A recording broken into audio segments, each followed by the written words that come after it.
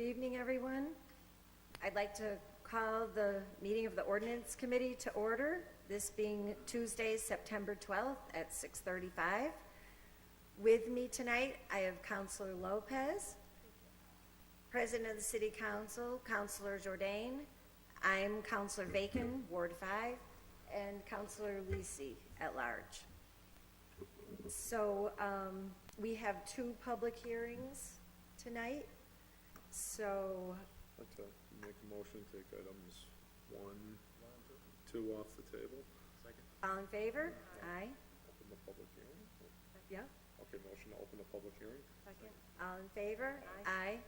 So we have the public hearings open for two items. Item 1 is that the City Council Ordinance Committee hold a joint public hearing with the Planning Board on the creation of zoning ordinances related to recreational marijuana cultivation and production. Item 2, that the City Council Ordinance Committee hold a joint public hearing with the Planning Board on the creation of zoning ordinances related to recreational marijuana retail locations. The Planning Board was notified of this public hearing when the advertising was going out. I guess there is a conflict, but somebody may come down to continue their hearing or not.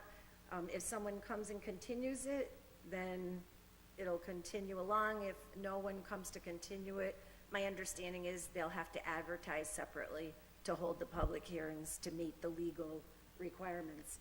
So I'm hoping someone will come before our hearing is closed so that they can open it and continue it, but that will remain to be seen. So in the meantime, if Councilor Lisi, if you would like to open in the public hearing. Sure, thank you. So I filed these two orders. One is again to focus on the cultivation and production end of recreational marijuana, and the other is to focus on the retail locations. I think that we can borrow a lot from the ordinances that we have regarding the zoning and permitting of medical marijuana for cultivation and production. But I do hope that for the retail locations, we're able to have a more robust conversation in here and engage more members of the public on where exactly we'd like to see these retail shops. I do want to note that, although my order says we should hold a joint hearing and the planning board is not here tonight, I do hope that we made an effort to coordinate a date that worked for both bodies. We did make an effort to do that. Okay, and then as you had mentioned, Councilor Bacon, I hope that we are able to see somebody from the planning board come down, continue the hearing, because it does make it quite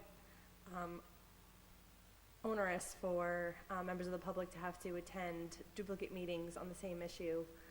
So I hope that given the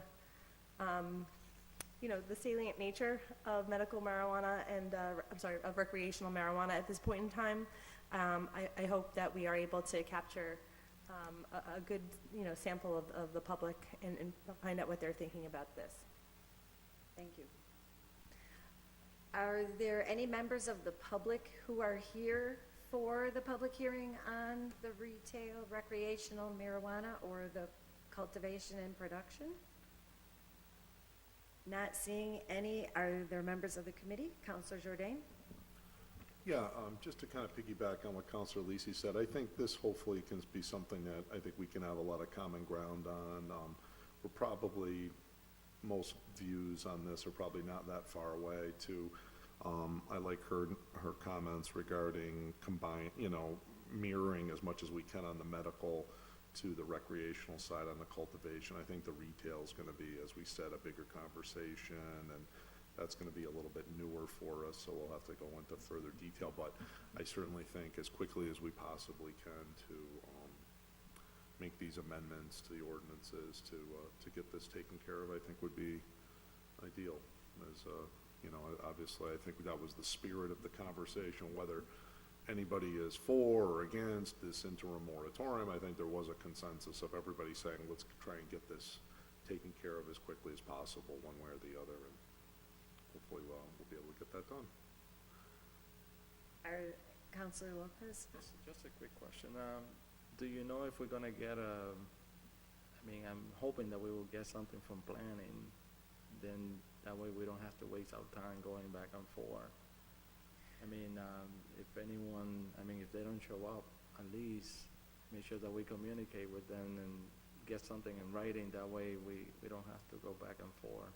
I mean, Well- if they don't close the public hearing, I mean, if they close it, Well, at this point, they haven't even opened one, so tonight, they need to open the public hearing.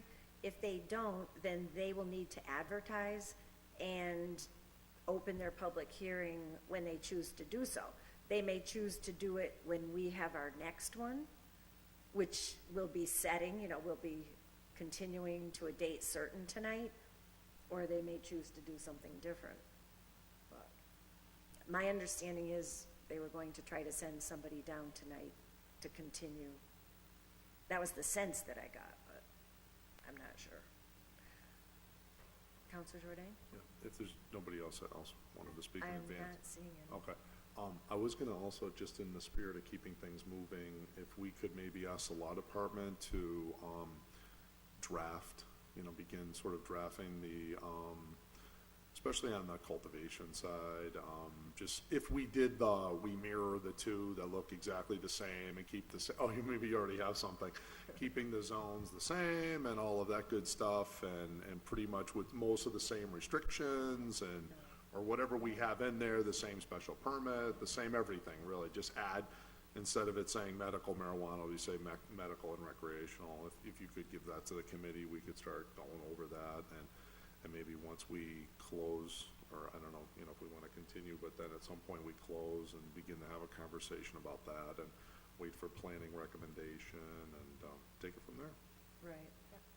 If I may. Counselor Lisi? Thank you. And along the same lines, I'm wondering if instead of amendments that add recreational, if we could use marijuana as a blanket to cover all different types of uses. Yeah, a definition change and then deletions as opposed to insertions, at least on the production cultivation end of it all.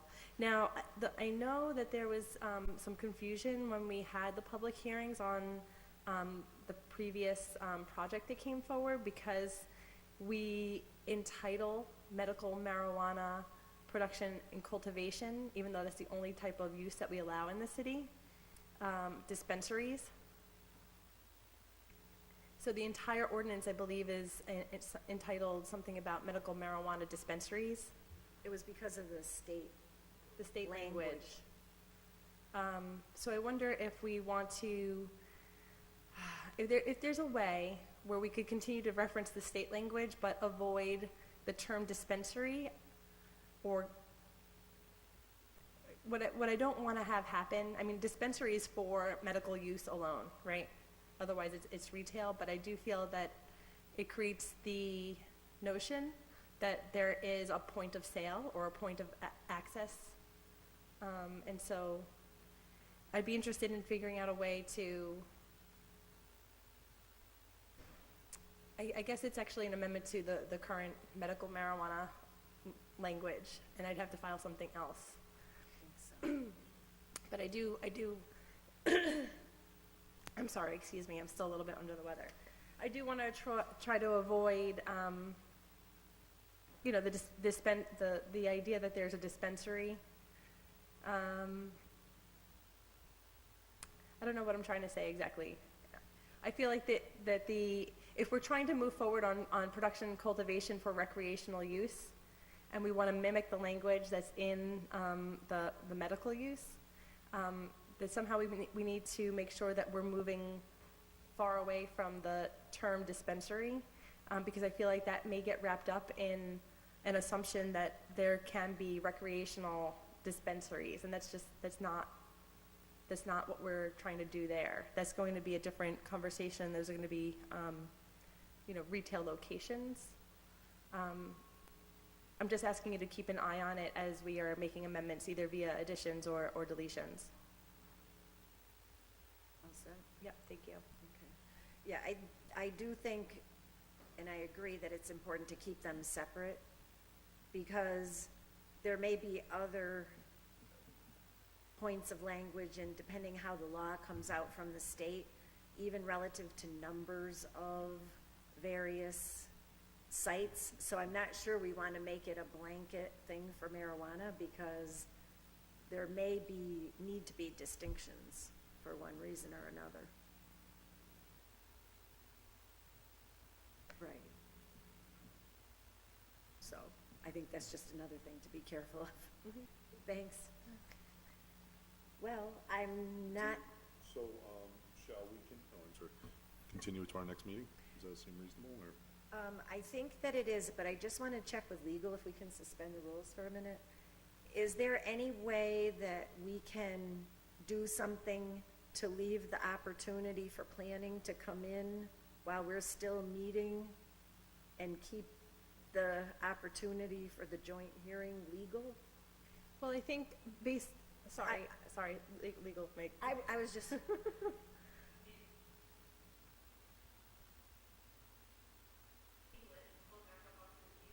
later in the meeting? Why don't we do?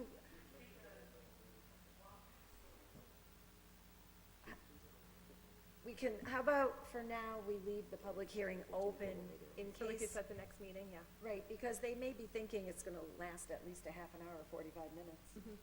So, Make a as motion. long as we don't forget to continue it. Here we go. We won't. Oh, perfect, perfect. We were just trying to figure Hallelujah. out how we could keep you legal.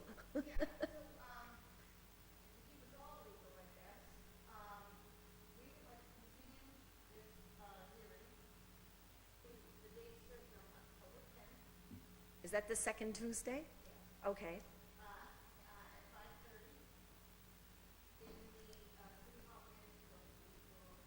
Okay, so you don't want to do the 6:30 together as requested in Counselor Lisi's order?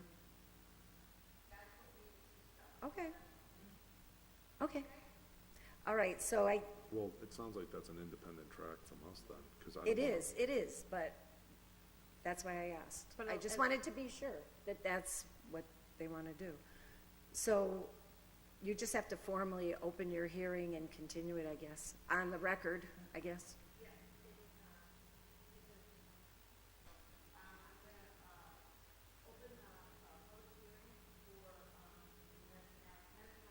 Recreational.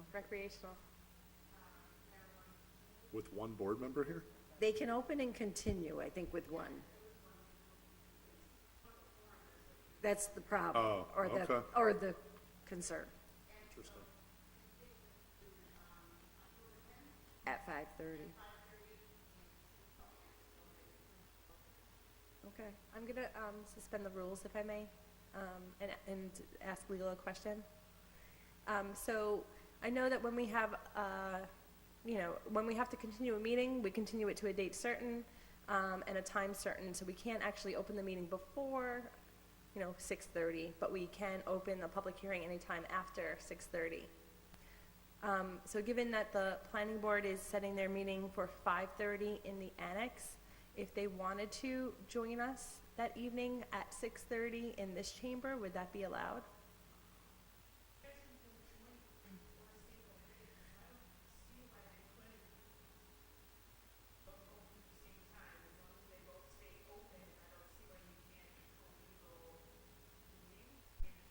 Yeah. Right. Right. So anyway, the flexibility is there. Yeah. But right now, you're on record, opening and continuing to the 10th at 5:30. What, Okay. also, just to consider, is when you get together on the 10th, if we're meeting also on the 10th, I don't know if we are here. That would be, But, maybe you We could, should be, you have it there, but you could continue it till 6:30 later that evening and come down in case there was other people here. I don't know if that happens to be an ordinance night. Also something to consider. yes, you know. we were just getting to the point in the public hearing where we were going to continue, but we wanted to keep the door open, not to create a problem for your public hearing. Okay. Okay, so, we would be in order to continue the public hearing to the 10th at 6:30 at this So point. moved. Is there a second? All in favor? Aye. Aye. Kind of Thank disappointing you. that we're waiting that long, but, I mean, we really don't have a choice, do we? Well, Thank you. We, Okay. Okay. No, I know. when is primary voting? The 26th. Primary voting is on the 26th anyway. No, I don't think so. We would have to go to a different night because of voting. The preliminary? Probably, So- probably not for you, Well, because because you're they in the annex, but use they use this this room. room. So you're probably all right, but that would be a challenge for us.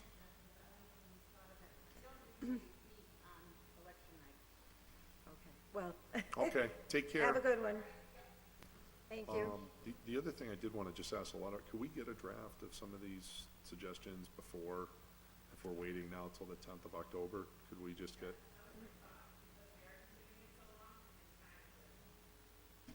Put the masterpiece together. Yes, great, thank you. Right, If I may, motion to suspend the necessary rules and take up an item out of order. okay. And that would be? Item number, it says 6, is that correct? Yes. Okay, so 1 and 2 are done for the evening, right? Till 10:10 at 6:30? Okay. Do I have a second to go out of order? So what item, what number? Item 6? Oh, yeah. There Yeah, just seems to be second. several Counselor people. Leahy? Yeah, I'll second that motion.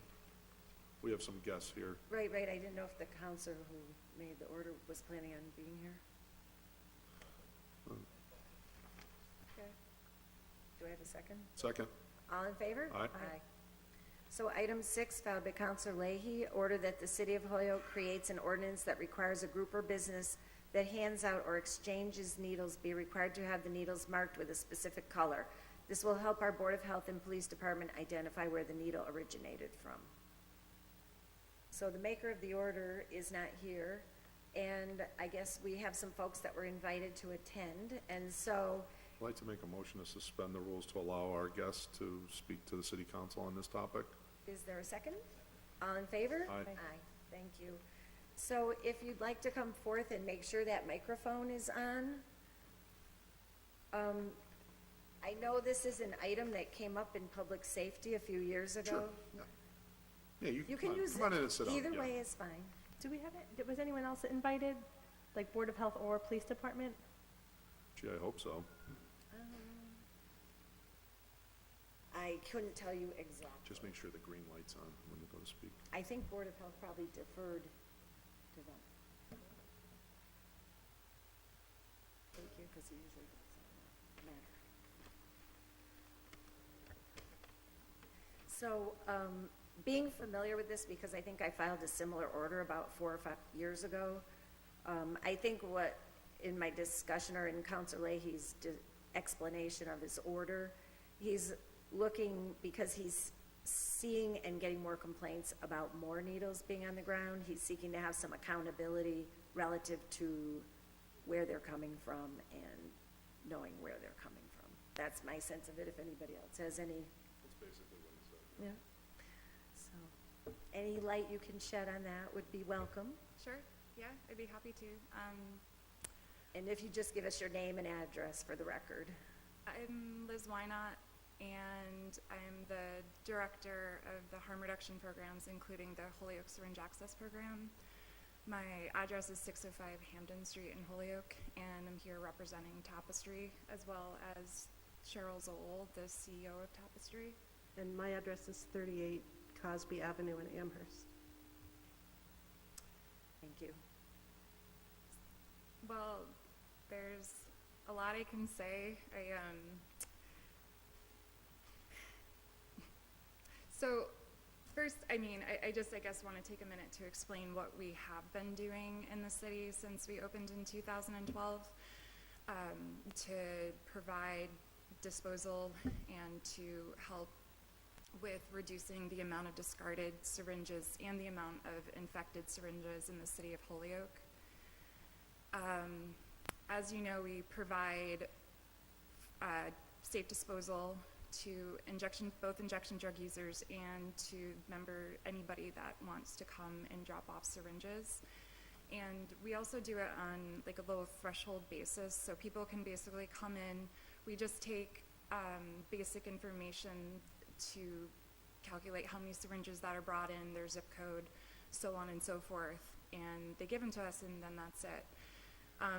We do that because, well, first, it's expensive to discard of syringes, and there are a limited amount of places that do free syringe disposal. Aside from Holyoke Health Center, we are the only place in the city that offers syringe disposal while at the same time offering syringes in some manner. Last time we counted, there are 7 pharmacies in Holyoke that sell syringes, and none of those pharmacies do provide syringe disposal at all. And also, we were just looking into it today, the cost of disposing a quart of, like a quart box to fit about 100 syringes or so, costs about $50 to dispose of through any company, so it's quite expensive. In addition to that, when we started SEPA, that part of Holyoke Health Center, they had a hotline to pick up syringes, and when we opened and they stopped that specific program, we took over that hotline. I believe it was in 2014. So we have the hotline still. People call in, and it's a Google message that they then leave information about where the syringe is, and we ask that if they leave information if they want us to give them a call back, and then we say that we'll pick it up within 24 to 36 hours, but we say that just because we do have limited resources, but we do make it a priority to respond to the call as soon as possible, and we usually do. We also have a group of volunteers in Holyoke that in the case where we can't go and pick up the syringe, we can email this list of people that have all been trained by us to properly dispose of a syringe. So they'll go and get it, and then Tapestry will properly dispose of it when we're able to. Another important thing is that we also provide education about safe syringe disposal and about infectious disease transmission to everybody that comes in. So again, syringe disposal, especially syringe disposal at no cost, is not easily available anywhere, including in the city. So I think what I would like to see happen is I think more resources need to go in around safe disposal options and around education on safe disposal. And we do other things, such as we do monthly cleanups with the community. We create a Facebook event page and invite people to go on Saturdays, and we walk through the city, usually the main alleyways in downtown, to dispose of syringes. And we also have provided, again, safe disposal education to local businesses if they want and are willing to do so. And we have a collaboration with the Holyoke Police Department, with the Holyoke Board of Health, and with many local business owners to help properly dispose of syringes. In addition to that, as you know, we are a needle exchange program, so we do provide syringes that have not been used and take back unused syringes. And with all those efforts, we have been able to take in more syringes that we've given out since we've opened. I also just finally want to say that I've been with Tapestry going on 10 years now, and the Holyoke Needle Exchange Program opened up in 2012. And before then, I used to take part in outreach efforts with Tapestry, and we used to do a lot of collaboration with SEPA in the city to dispose of syringes. So I guess just being the director of this program, I have a lot of, experience, and I've just seen a lot of how terrible the heroin use is in the city and how hard that the problem of discarded syringes are in the city. And through our efforts, we can't be the only solution, but we are a major part of the solution. And as you know, that syringe access programs, the evidence strongly supports that it both decreases infectious disease, specifically HIV and hepatitis C. Finally, I want to say I asked for the Department of Public Health's input on this issue, and in response, they said that they've never allowed the marking of syringes to happen, and inevitably doing this could interfere with our program, and specifically, it was said that because syringes are an FDA-approved device, any tampering of it could lead to the needle being less sterile, and also marking on the side of syringes could also lead to misdosing. What does that mean? Do you have that in writing? We can get that in writing from DPH. They didn't have time to put it in writing for us today, but we'll ask them to get it to you as quickly as possible. Yeah, I would appreciate that to be submitted because to my general knowledge, there's different color coding on syringes that are just generally available. And so I'm just interested to know where that's coming from. And I thank you for the overview, but I do want to remind all of us that the order that's before us is specifically to the question of the city considering creating an ordinance that requires anybody who's handing out these materials to somehow identify them.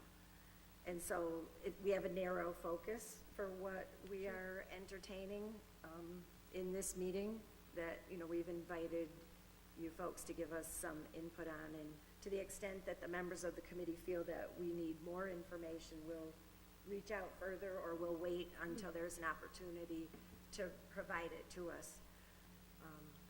And so I think part of the accountability issue of what is given out is there's been mixed understanding about what is happening. There's some perception that as many needles as the person will take are given out. There's some that it's 3 to 1. So there's varying perceptions about how the needle exchange is working, and in the common understanding, an exchange would be 1 for 1. That's not our general understanding, which may have prompted the counselor to file the order. I don't know his exact thinking, but if an exchange is 1 for 1, then somebody's turning one in and they're getting one.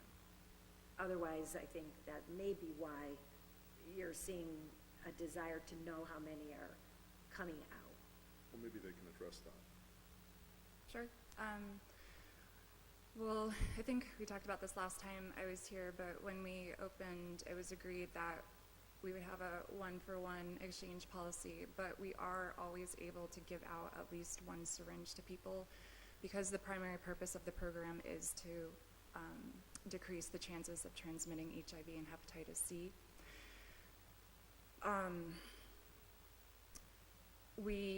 So basically that's our policy. We don't have a 3-for-1 and so on and so forth. Can you just explain that a little clearer, Liz? So if somebody comes in and they're a member of the program, it's 1 for 1, but if I don't have any needle, but I need one because the concern is I might use one, you'll give me 1 needle. Yes. Okay, so that's the current policy. So general course of action is 1 for 1, but if I need 1, I'll get 1. Yeah, and you could, if you brought in 2, you would get 2. 3. You would get 3. Get 3. Yes. So it's sort of +1.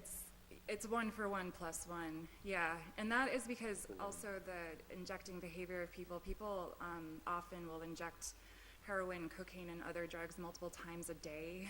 And we have a lot of education material around this, but after using a sterile syringe once, the needle blunts up immediately. So we're also trying to prevent things such as cellulitis, and other, like abscesses and things that can happen from reusing syringes and the bacteria that can collect from syringes. So that's why it's really important to have available syringes. And I just want to highlight again that pharmacies do not provide disposal. So there are, at least 7 pharmacies in the city that are selling syringes. And in this order, I only see this pointing to the gifting or exchange of syringes and not to selling. So just to make note of that. And we also give out proper, so I'll stick to the topic. Sorry. Right. And Can I get on the list for questions? I just wanted to make one comment that we do have a syringe disposal at the senior center also that is available to the public, and that folks that are diabetics have to deal with proper disposal, and other people who use other injectables as well. Yes. Counselor Lisi? Thank you. The one question I had, so earlier when you were talking about syringes have to meet FDA approval and marking would be considered some form of tampering, and then you also had said that putting some type of mark on it may cause something with an N, and I didn't know the term, and I was wondering if you could explain that. It could cause misdosing, so on. Misdosing. Misdosing.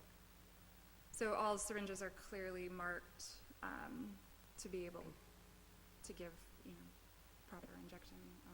I just want to say that when I did look into the colors of different syringes, the only colors that I've seen are available are for muscular syringes, which is different than insulin diabetic syringes.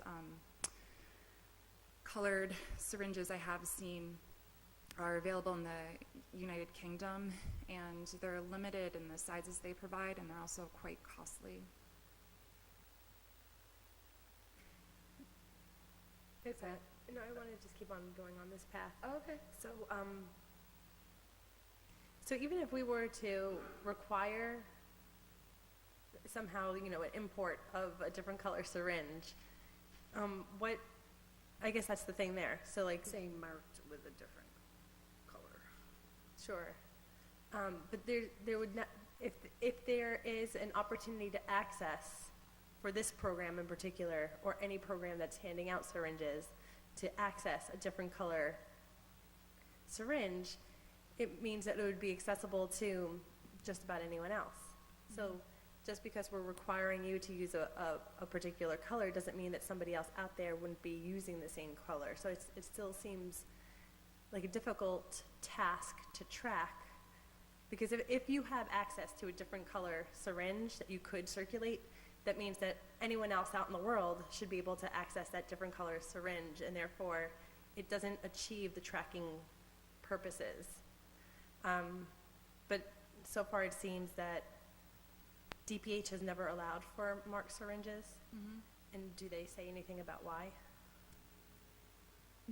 Well, I think it's just, Provide us with that. They didn't have an opportunity to yeah, get it. we can, Right, I mean, they'll spell out their reasoning in more detail. They've never allowed a program to do it. I think some of it is the expense, if syringes can even be found. And the second is the thing that Liz raised about the sterility of the needles. If they're tampered with, then they're no longer usable. Counselor Jordan, are you all set? I am, thank you. Okay, great, thank you. Thank you for coming. I really appreciate you spending your evening with us to discuss this. So, couple of things I'd like to consider is, one is frequently I hear the statistics that are put out there that the needle exchange program is collecting more needles than it puts out. And is that a function of the participants of the program, or is that more of a function of, I am a non-participant, but I come down with my box of needles because I'm diabetic and I could be a senior citizen or whatever, and I come and I drop off 300 needles with you? Mm-hmm. Could you kind of touch on that? Because mathematically, I'd like to walk through what I think may be occurring is, absent these folks that are coming down with boxes of their own personal needles, it isn't fair to say, I don't think, but correct me if I'm wrong, that the participants of the program are bringing in more needles than are being distributed, because by definition, if I listen carefully, you're saying it's one more needle than they bring in. So by definition, you'll always have more going out the door than coming in. But the folks that are coming in, just regular citizens and things, are walking in with their boxes, and then the net effect. right. That number actually does take into account the diabetic, non-drug user syringes that are coming in. And we're able to take in more syringes than we give out because of the extra efforts that we provide in the city through the hotline, through the monthly cleanups. And also we do street outreach on a daily basis. Main intention is to engage people in areas with high drug use activity, But during that, staff do also dispose of syringes. So it's those extra efforts that have made the numbers. Okay, that's what I thought, and certainly you're to be commended for that. The question, of course, somewhat is, from a tracking perspective, is, are these needles that are being put out there and are being picked up through cleanups and different efforts, are those originating from your program or not? That's what some of the question is. Now, I'm assuming you don't know that, we don't know that, but that would be helpful information for anybody to know. What is, to the extent that humanly possible that we can, to identify where those are. And I'm in agreement with you on the pharmacies. It seems to me it's almost like, to use the analogy of selling soda. I mean, if you sell soda, you're required to take in soda cans, but yet you can sell hypodermic needles and have no requirement under the law to actually take them back in. I agree with you. I think the law should be changed to require pharmacies to take back used needles. I know we're at $500 per month. We, the city of Holyoke, have that box up at the senior center, which I'm told is taking in a ton of needles. Yeah.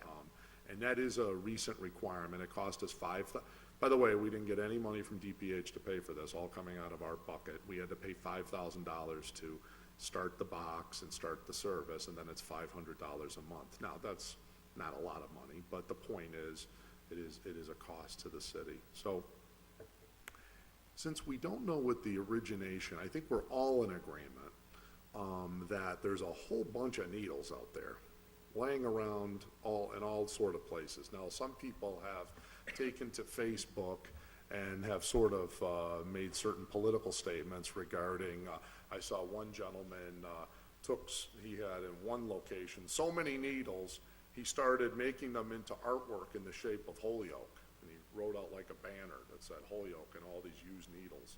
Thought that was kind of somewhat creative. But my point is, what I observe from a lot of these is they all have a certain cap color to them, or they all have sort of there seems like to be a plastic, whether it's orange or different ones. And I'm interested, one is I'm sorry? I think it's the plunger. The plunger, is that what it is? No, it's the cap. The cap. That goes on top of the plunger. Okay. So this cap color, and I wanted to ask you, one is, do the ones that you're handing out now have a color? Well, we carry multiple sizes. We try. So they're sized by color type of thing? There's They're- different colors for different sizes? No, it's possible, but it can vary slightly depending on what vendor we're able to use at the time and what is the availability like. So, I guess at the moment, the majority of syringes do not have a colored plunger. It's on the just top of them, clear? but I would have to double check that though, because we do work with, depending on the vendor that's available, through the body that we order syringes through. It's probably the cap color that varies more than the plunger. Yeah, and that's what I'm sort of thinking about is I'd like to get to know, and maybe you could, after you have an opportunity to take a look, let us know what, as a general rule, is the cap color that you're handing out now. Maybe you already, I'm sure you probably have your vendor that you purchase these from on a regular basis to get the best price. Buying club. Well, I'm sorry? It's a purchase and buying club. So Oh, okay. So you probably get the same ones of the same type of sizes, and you keep reordering these by the thousands, I'm sure, because of the volume that you're doing. So I would be interested to know, what colors are you using now? That would be helpful to the committee to understand. And then how would that compare to what the pharmacies might be handing out? Would it be the same? Would it be the same colors? Or maybe, if as a general rule, I wonder if we could have a conversation with them and seeing that what colors you're using, what colors are they using. And so then the question is, can you get different cap colors for yours that, say you decide we're going to use yellow caps on every needle that we hand out. We'll use yellow and purple, or we'll use yellow and, fluorescent orange, or whatever it is. And then this way, we know that if we find a whole ton of needles that are fluorescent yellow sitting under some bridge somewhere, we know that there's some probability, likely high, that it came and originated from the needle exchange program. And conversely, if we find out that it's not those colors, then I think in fairness to you, you guys might be getting a bad rap of attribution back to you that doesn't exist. And I think what is helpful is to look and analyze in some real statistical way, how many needles is the needle exchange, in fact, really pulling less off the community? Because Joe Diabetic would be bringing his bucket of needles somewhere if needle exchange. I mean, we've had diabetics since Lord knows when, and we've certainly had diabetics living in Holyoke before 2012. So they had some place to bring their needles before. Maybe it cost them something, maybe they brought them to their doctor, who knows what. But while that's a nice service, we would like to understand, just from the participants, how many in, how many out. And what is the delta variance between those two numbers? Maybe you could provide those statistics to us.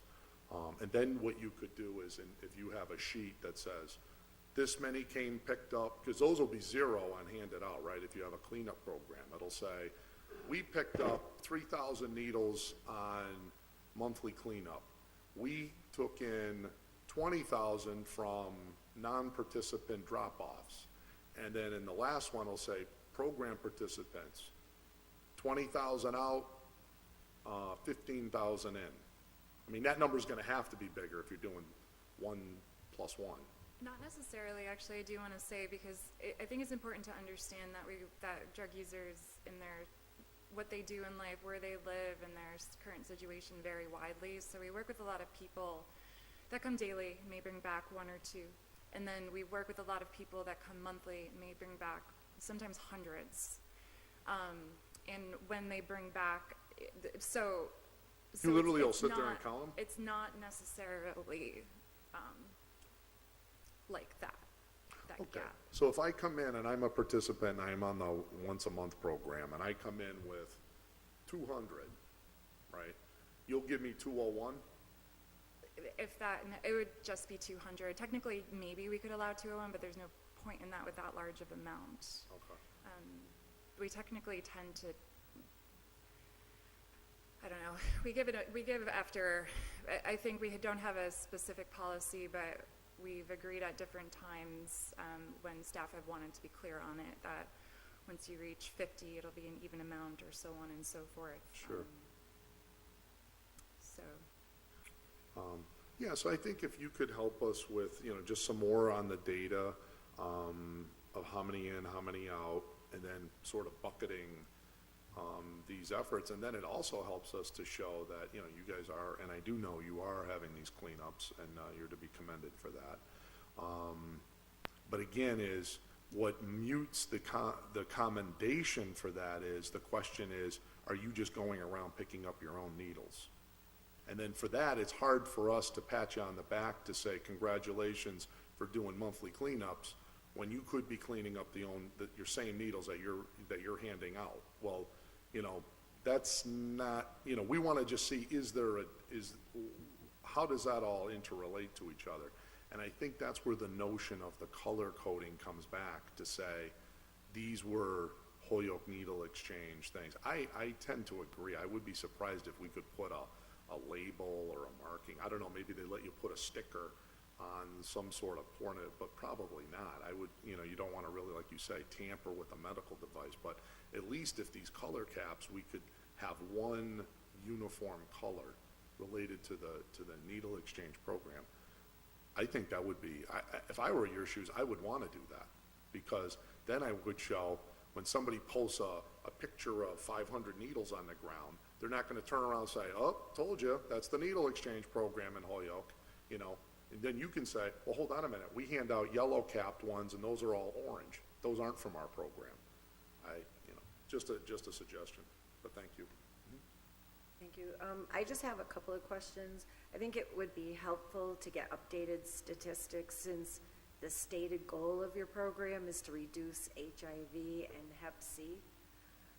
Because I think where we may disagree on some things in the room, I think we all agree that the highest risk of death is from shooting the drug into their bodies, the folks that are addicted to the drugs. So I'd be interested to see, since the stated goal is to reduce infectious disease, because I think, at least for me, our community goal needs to be to reduce the drug addiction in our community. And I wish that was the primary goal of this program, but Could I just add that studies have shown that people who use syringe access programs are 5 times more likely to go into recovery than people who don't, and we'll be happy to share that reference with you. I have asked that question before of our own program here in the city. If there could be information provided to the committee that indicated that people had actually gone into treatment from being associated with the program, and I was informed that it was not available. But if it is currently available, that would be great. We'll look and see what we've got. I also, I didn't mean to interrupt you, but I just had That's okay. a couple questions about the ordinance itself.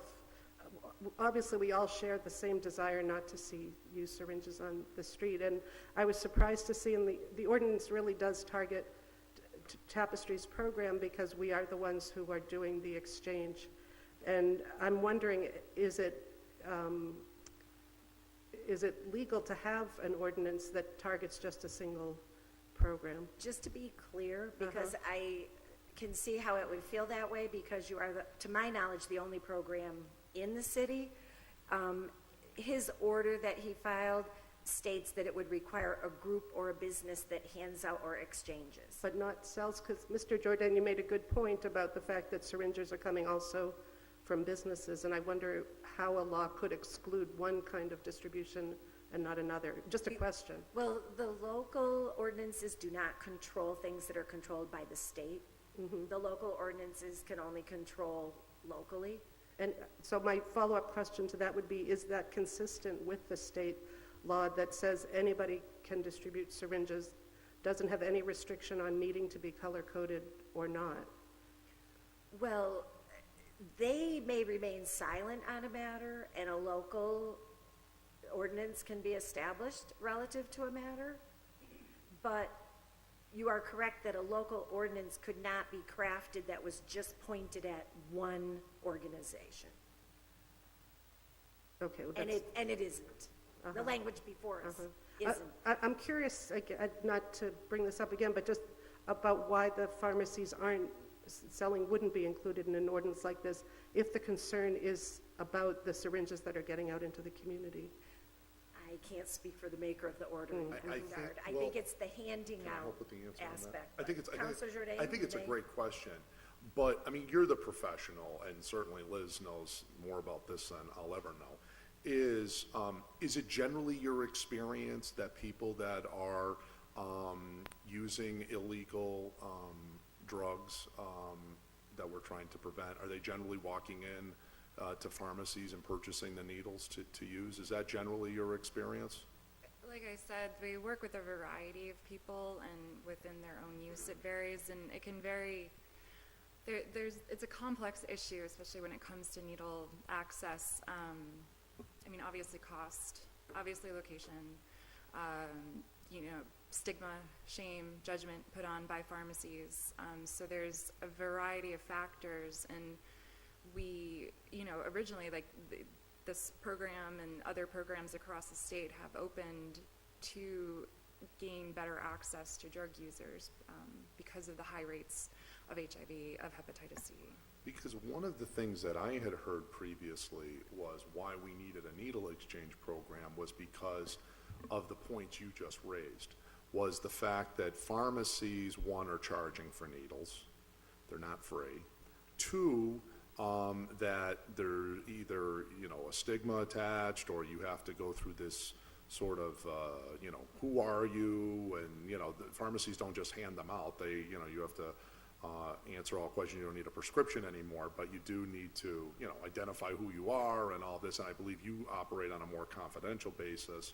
sort of a no questions asked sort of approach. And it was my impression from that was that folks that are of the targeted audience that yours, is the nature of your program, they're not going to pharmacies. And that was sort of the genesis of the need for your program. And therefore, my question would be, if they're not really the genesis of the problem, then we want to be aiming over the target, right? If the vast number of needles are either people bringing them from out of town, which unfortunately we can't control people that would acquire needles in other communities and bring them here, unfortunately. If you feel significantly that the pharmacies are part of the problem, then I think your question's a fair one and one that we should look into, and maybe we can get input from the pharmacies in town if you think that's really majorly contributing to the issue out on the street. If it's not, then the question is, what is the impact of, is there a correlation between the needle exchange program and more needles on the street? That's what the color coding is designed to identify, is it's either going to exonerate or indict, if you will. It's going to say those colored needles come from the needle program, and then therefore that is either originating with them for whatever reason, or you can't blame them because that's not a needle they hand out. And so I think that's the nature of it. I don't know if you want to address that. No, I think I'm okay with that. I did have one more point I wanted to make, and that is, I'm just a little bit puzzled by this process because my understanding of the change in the state law last year was that it was the Board of Health that had jurisdiction over the syringe access programs, but it seems now that it's worked its way back into the city council. So I just was wondering if you could say something about that. Until the state legislature changes our city charter and the state law and the state constitution regarding local empowerment of creating ordinances in cities, that still lies here. You are correct that that unknown budget rider that was added without our input, which shifted the local control authority from us to there about whether your program will or will not exist in Holyoke. You're correct, that does lie with the Board of Health, but we still make ordinances here in Holyoke. So if I can wrap up, at this point, okay, I just want to summarize for a moment where we are in the process in terms of if you folks, just so we're clear, that you would get back to us with some of the information that we had asked for. Could I just say, well, just while I'm thinking of it, we do report to the Board of Health on a regular basis as well, when they request it. So if those things already exist, then they can just be copied over to us. That would be fine. Counselor McGivern?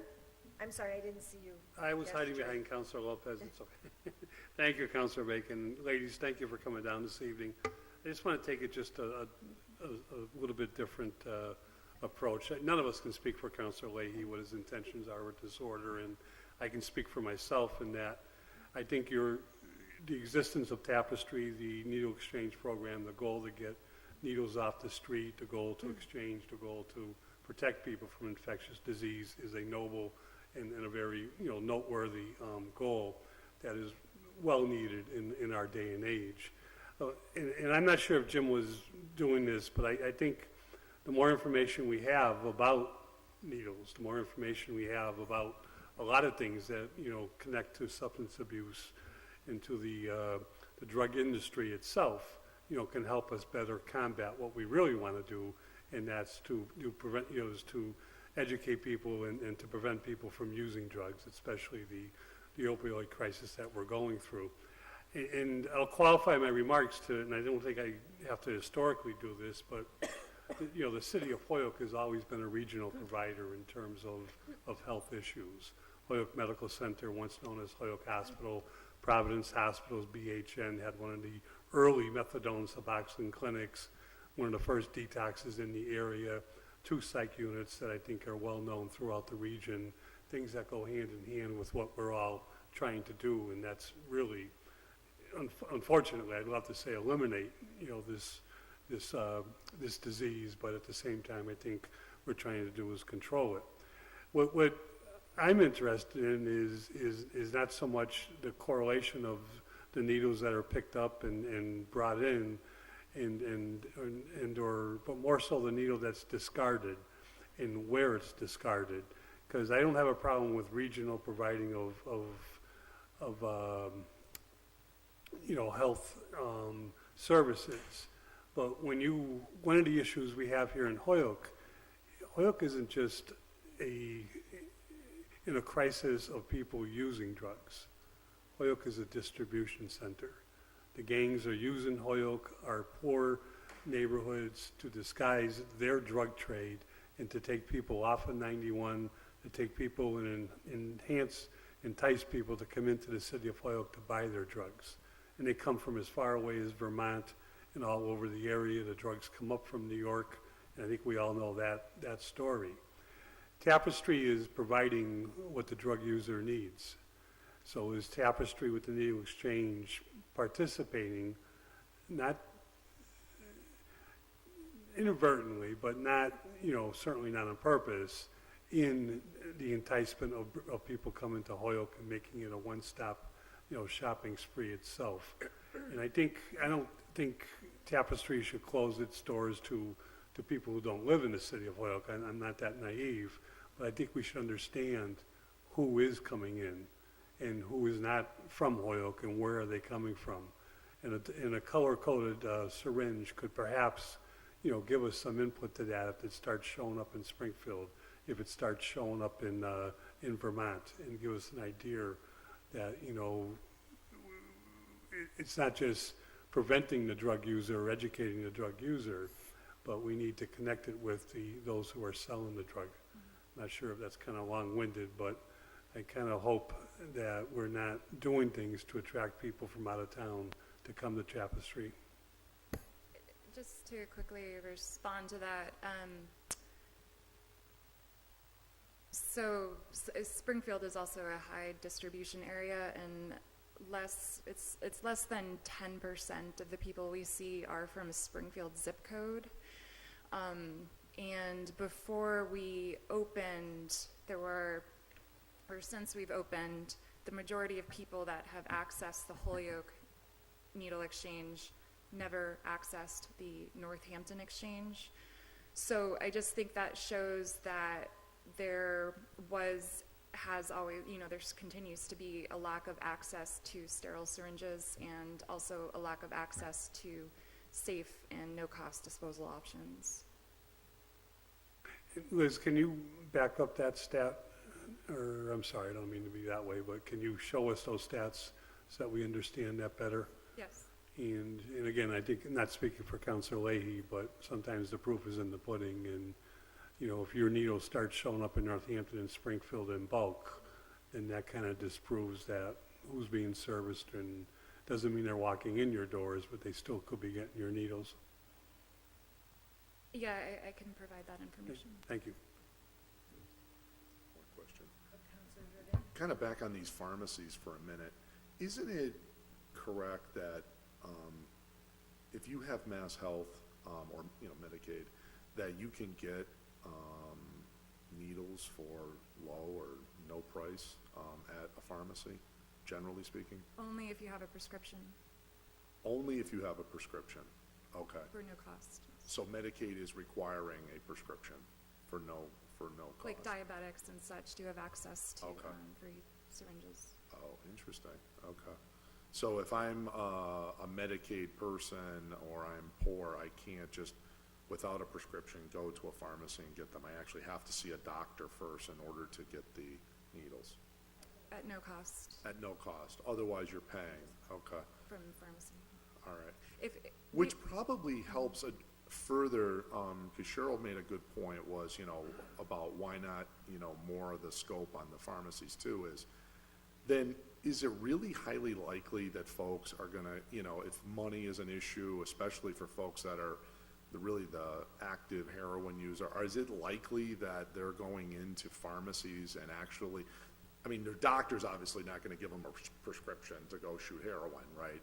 So we know that's not gonna be happening. And so is it really likely they're gonna go in and pay cash for needles at a pharmacy? I mean, I think you're asking a legitimate question. I'm not sure that the tracking as it's described in this ordinance, I mean, to get a meaningful answer in terms of tracking syringes, it would have to include everybody and not just the Right. syringe access program. But given that what we all want is to keep syringes off the street and Right, to address the opioid epidemic and prevent the spread of HIV and hepatitis C, this happens to me when I make a sentence too long. Hold on.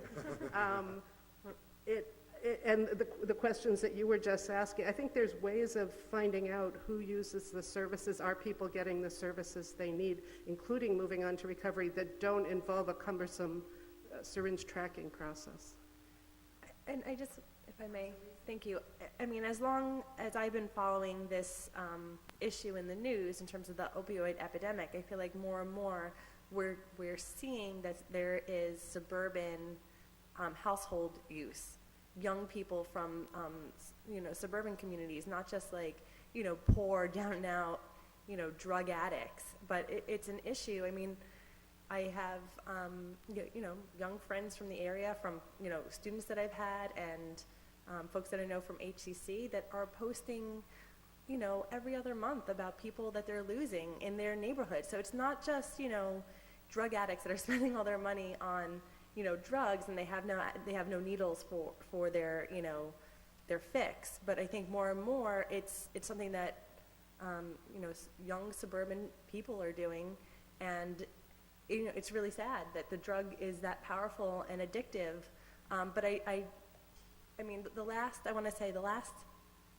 10 posts that I've seen on my Facebook feed within the past year have all been, I want to say, between the age of 18 and 25, and they come from good families. They went to high school. They were high school graduates often. So I think that there's a perception that the drug user is an addict who's down and out and needs a fix and has no money, that is not relevant or appropriate any longer, as the epidemic has really swept not only New England but the nation.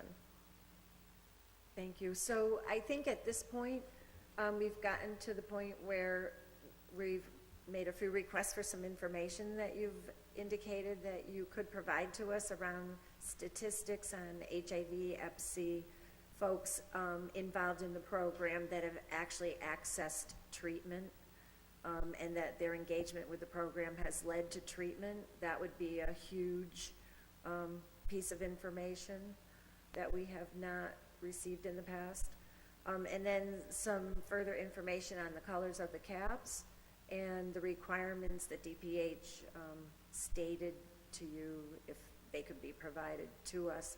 Is there anything else that I've missed that anybody just in wanted to know? addition to the colors, if it's possible, would DPH not consider it tampering if the actual producer put a marking themselves on the needle? Like, for example, say Holyoke Medical Center buys 100,000 needles. Well, they might put they might already have it printed just as with their little logo, says Holyoke Medical Center right on it, because they buy so many. I mean, somebody like yourselves is a big program. You're buying so many.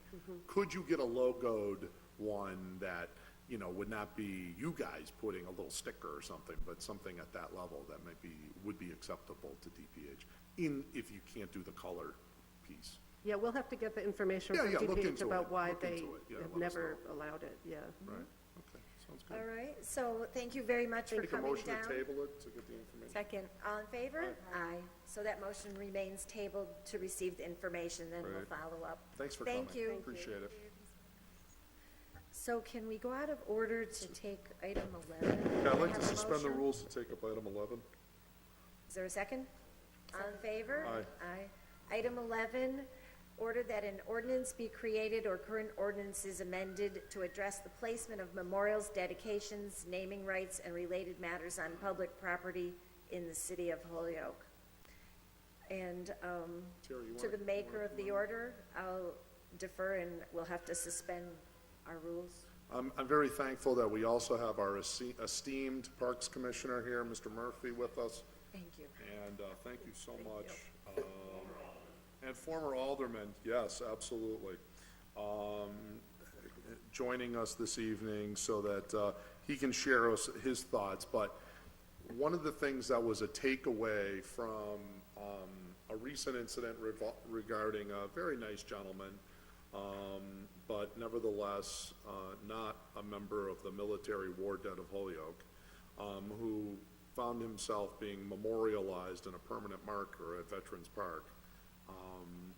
The question became, it might be time to revisit all of this, and it might be time to somewhat formalize some of our formal memorials of things, folks, naming streets, dedicating this and that and another to different people, and I think we should perhaps make it a little bit more formalized in ordinance form so everybody understands just exactly what that process is.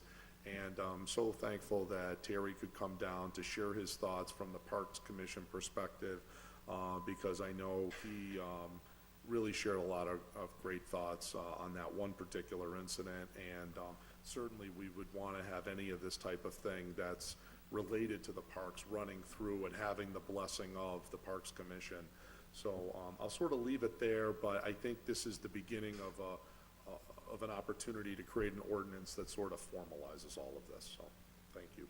So, thank you. I'll need a motion to suspend rules so he can. Oh, yeah, motion to suspend the rules to allow Parks Commissioner Murphy to address the Second. city council. All in favor? Aye.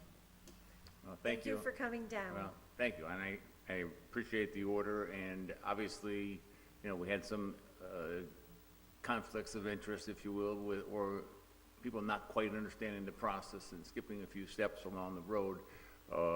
And so as we went through this, and, I think getting it more clarified as to who is allowed to place monuments, especially in the parks, or anywhere else in the city for that matter. But once we got through the initial, we got the monument moved and got the Veterans Park corrected, the Parks Commission then met with the War Memorial Commission in August to try to come up with, especially with regards to Veterans Park, so that there's no doubt as to what should be there.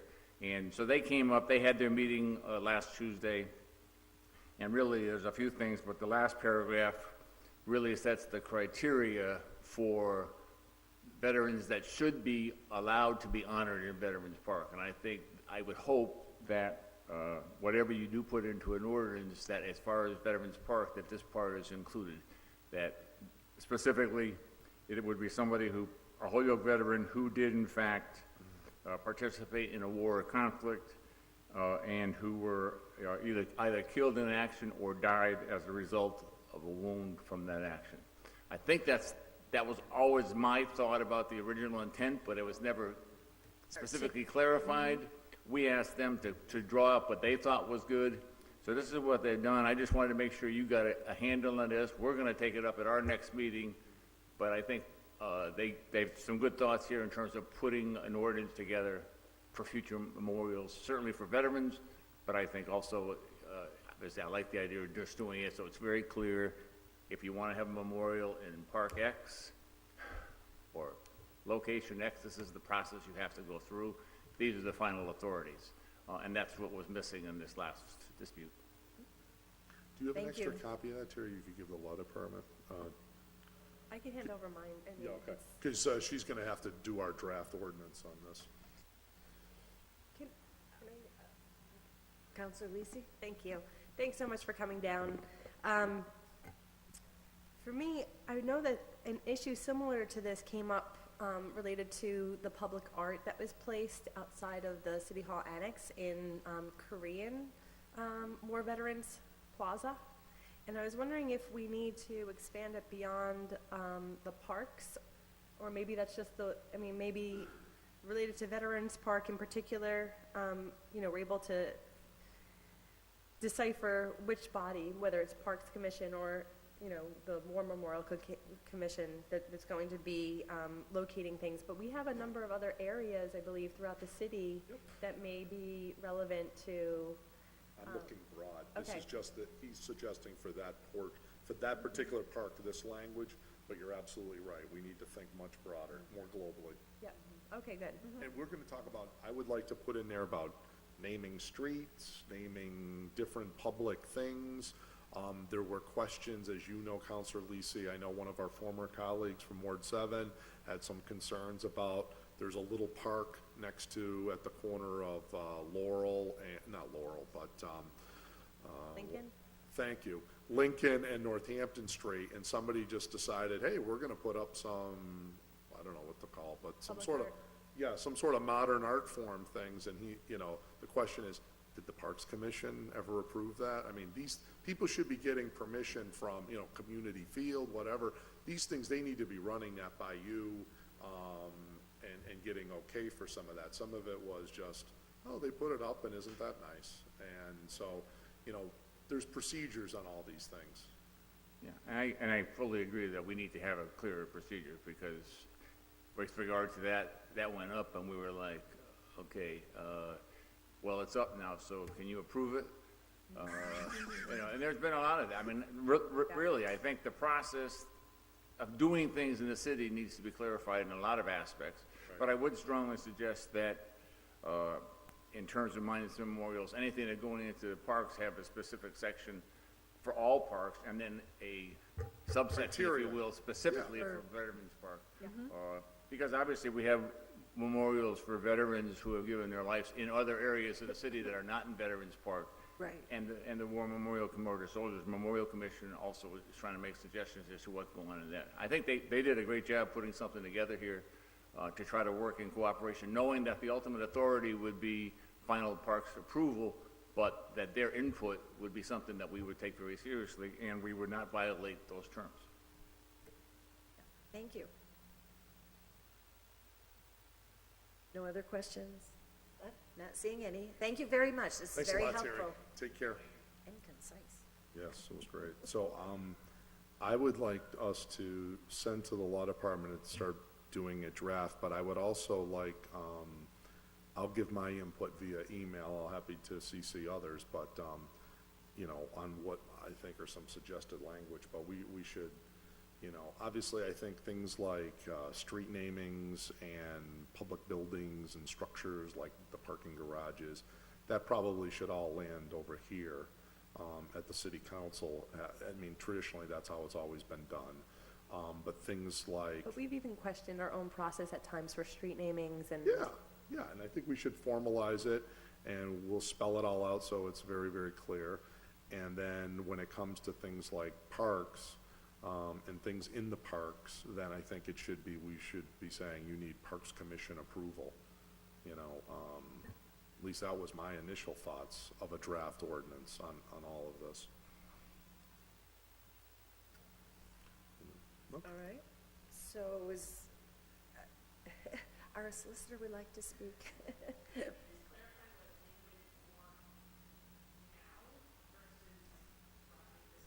Well, I think I'd like, yeah. No, I would like to say any memorial, any dedication, any naming rights in any public park of Holyoke would have to be approved by the Parks Commission in advance.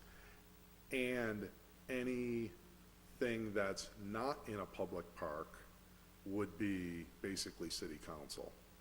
So you're talking, if somebody wanted to rename High Street, I think we already do by ordinance set the names of the streets, so, but if somebody wanted to do an honorary High Street to say, you know, Diosdado Lopez Way is now the new High Street, you know, that would have to be a vote of the city council.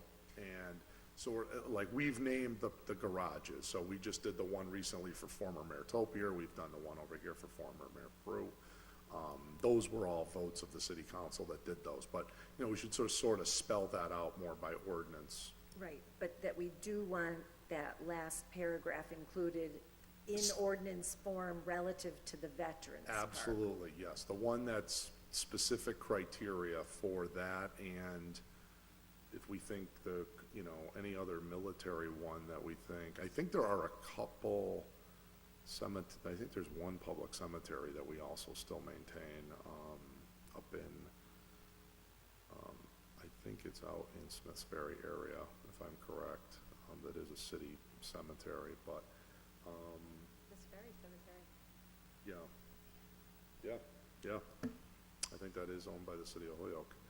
And, you know, things like that, just criteria to put things in there, it should be, I think that's currently run by the DPW, maybe we could find that out, from Mike, you know, but yes. Does on it- that work, The things Crystal? that are of a military nature, I think this criteria, you know, specifically Veterans Park, and then Counselor Lisi made a good point about Korean, Veterans Plaza right here, you know, that would, if there was gonna be something there. Added to it?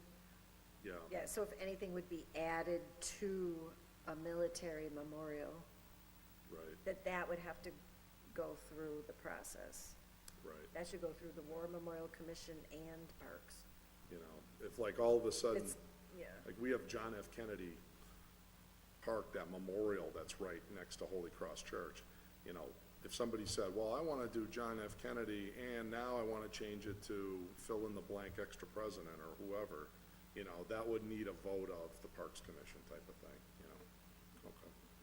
And if I may, I think, because we had the ordinance on public art, on public property, some of this might fall under there, so that was pretty broad, like putting something on public property, and then within public property, there's a subsection of parks, and then within subsection of parks, there is, you know, war memorial locations. okay. So we have a motion to table for legal. Yep, refer it to legal for a draft and we'll go through it more. I'm Is sure. there a second? All in favor? Aye. Thank you. I think takes care of all our special guests, so back to 3. Hang on, yep. Yes, if I could have a motion? Motion to take item 3 off the table? Second. All in favor? Aye. This order is that section 2-157 of the city ordinances be amended as follows in bold italic type. Section 2-157, and you should each have a copy of this.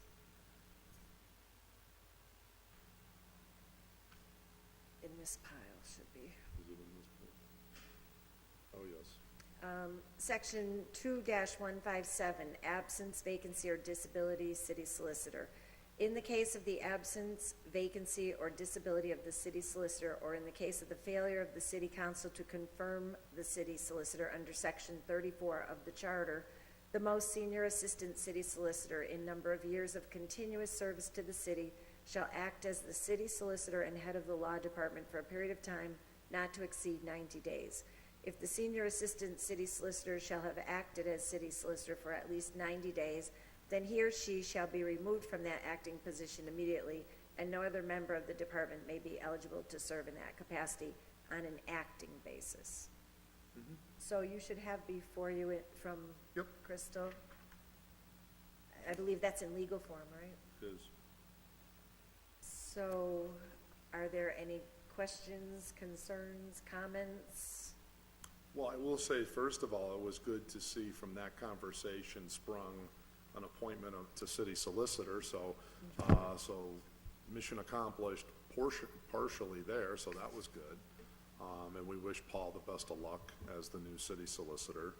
And, you know, any other thoughts Crystal would like to share? But the point was, we did not want to be in a situation, I don't think that was the original intent when we created the law department amendments a couple of years ago. It was not the intent for us to create an automatic person as the appointment to the position, that it was designed that the mayor shall appoint somebody. If there's a vacancy, basically what was the rules in place before we had that ordinance, right, from time immemorial?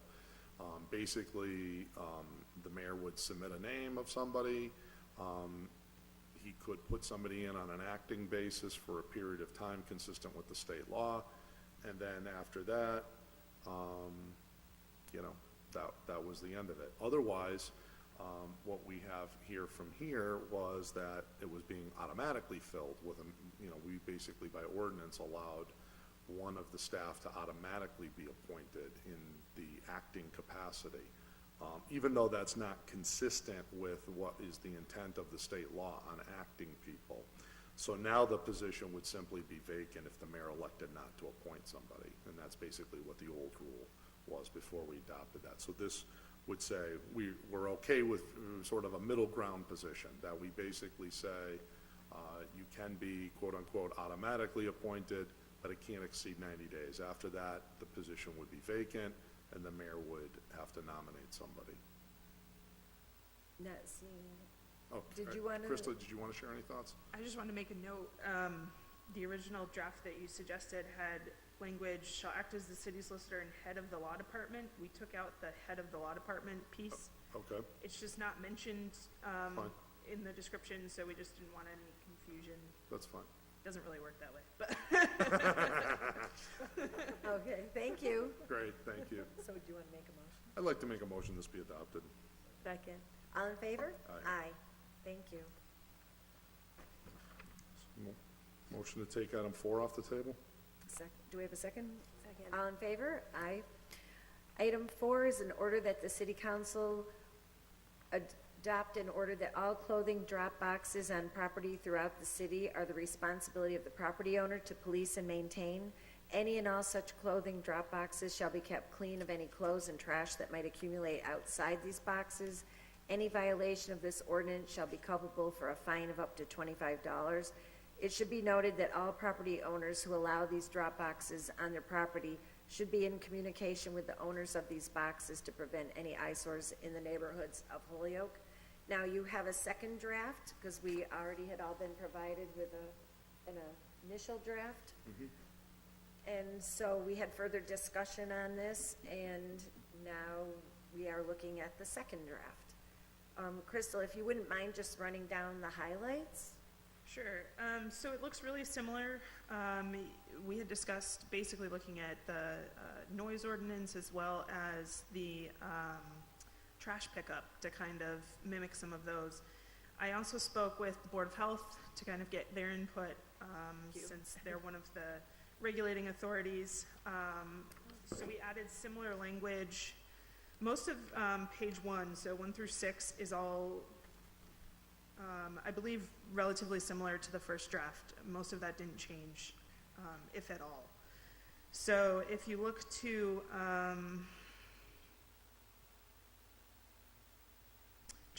number 7, so it shall be emptied regularly. 7B, no less than weekly. The owner or agent responsible for the maintenance of the premises shall be responsible for making arrangements and scheduling sufficient pickups to prevent overflowing. Item pickup shall comply with noise regulations as delineated in Chapter 38, Article 3 of City Ordinances. So that way it kind of just isn't all encompassing. I don't have to make Rewrite. more bullet points here, so force people to do their homework a little bit. But property owners liable for any violations of the provisions.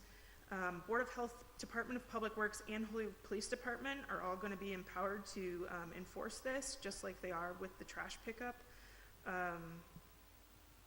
So the other piece we wanted was the violations regarding that property.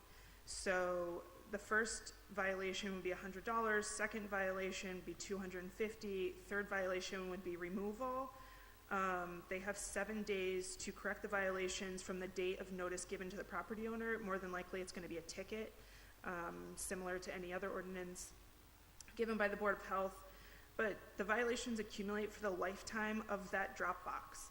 So you have a maximum of 3 violations allowed for any one drop box in a particular location, and then it's a permanent removal.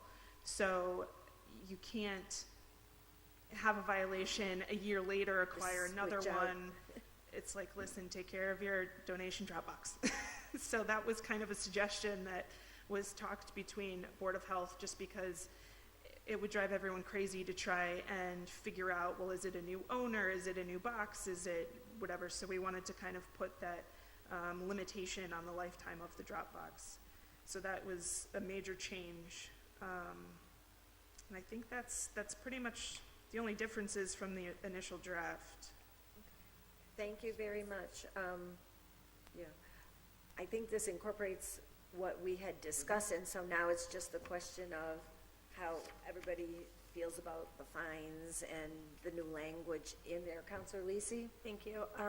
So I have two questions. So items 1 through 6, are they not amended from a previous draft?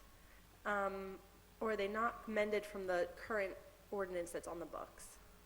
The previous draft, I'm not positive of what's on the books, if I don't think we have. anything. We don't have anything.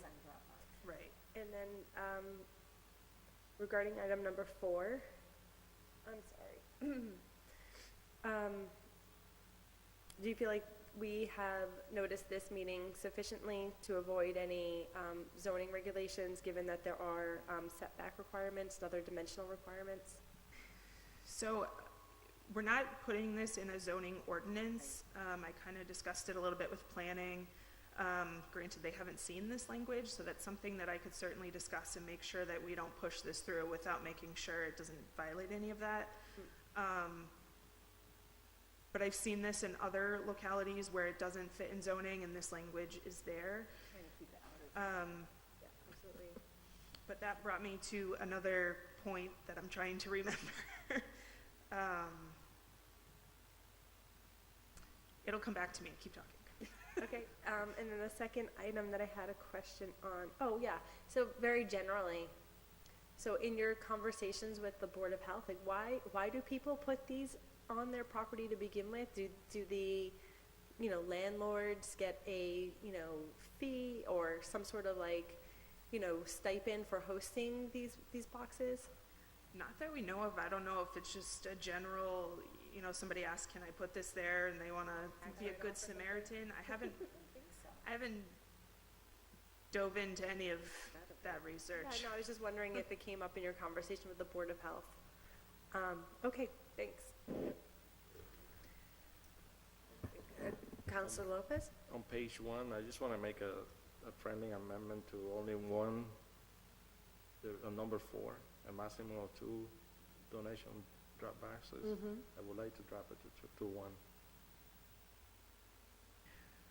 So if we do that, would we be grandfathering in the people that already have 2? Just asking. Because a lot of places have 2 That kind of was my side by side. comment. So, getting notice out there to these people that are already there. It was a thought that with the mailings that go out with, say, municipal lien certificate, if you're a property owner, or not municipal lien certificate, your bills that go out every, HG&E bills? yes. That there could be some sort of mailer that, effective as of such date, this needs to be in compliance, and then we could start ticketing, because otherwise, you have all these boxes that are already there, not being maintained, and how do you go about, handling the grandfathering in? So basically, that's how we'd like to get notice out, because if you are a property owner, you're getting your bills, or you should be, and that way we can say that we've given sufficient notice. Under discussion. Counselor Lisi? So I would argue that if you're going to drop it down to 1, you're actually inviting a greater chance for overflow, because that 1 box is probably going to overflow more quickly than having a second box there. In my opinion, if you put a box there and you're getting donation, you should be there. You should be looking at that box every week or every day, and that's why I would like to drop it down to 1. And even if we have to grandfather all than 1, but otherwise you're going to continue having 2, and the city will be all over. I mean, we will have too many. So there's no reason to do this then. So under discussion, I just have a question. So sometimes you see where there's 2 different boxes. There might be one for Salvation Army and one for another group, and the name escapes me at the moment. That's a common one. And those are generally the 2 that come to my mind, but there's probably more. And so sometimes, because it's in a space that works, you'll see 2. And I don't know, I guess I wouldn't want to discourage people from putting things in a proper place to get to people instead of in the trash where they might end up. So I'm wondering if you think we could start out with the 2, and if they get $100 fine, they might tell them to yank it on their own. Yeah. Do you know what I mean? So the self-regulation might work. So I would just sort of advocate for giving it a shot, and if it's all cleaned up, we don't care if there's two. And if it's a mess, we should probably be able to get rid of it pretty quickly. I don't know. That's my thought. The other thing to consider is, if you have a lot like the size of Kmart Plaza, and they have two, it's not really any big deal. Right. Whereas, if you have a small little lot, two is a lot, actually, kind of for a smaller area like that. I don't know if we're gonna distinguish between 1 and 2 on small lots, like, say, under a certain size of a lot, and then, But that becomes but then, that's right, an then that goes into enforcement more, nightmare. yeah, okay, You'd be out there with your yardstick. yeah,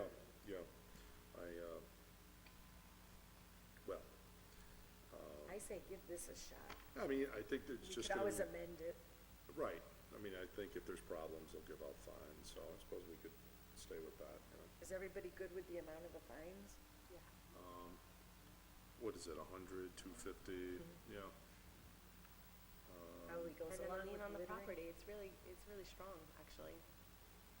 I will say it is a fine of 500 for a overflow dumpster in Hoyoke, but Yeah, but that's a little different.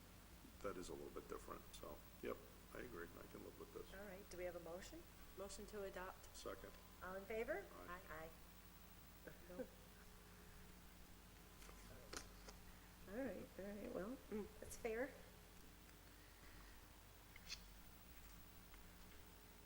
All right, motion to take item number 5 from the table? Second. All in favor? Aye. That the Ordinance Committee create an ordinance for the Adopt an Island median program with the following intersections in the city: near 391 in Main Street, Whiting Farms by Kmart, entrance to the mall, Hamden and Northampton Street, Dwight Street and Northampton Street, Beach and Northampton Street, and others, which we see throughout the city. Also, that a $200 fine for trespassing, leaning against any city sign, posts, or hanging anything to the signs, plus a no litter sign be erected at all the intersections. That's what you mean, intersections, right? All right. The program will be run or managed by the DPW with enforcement from the police.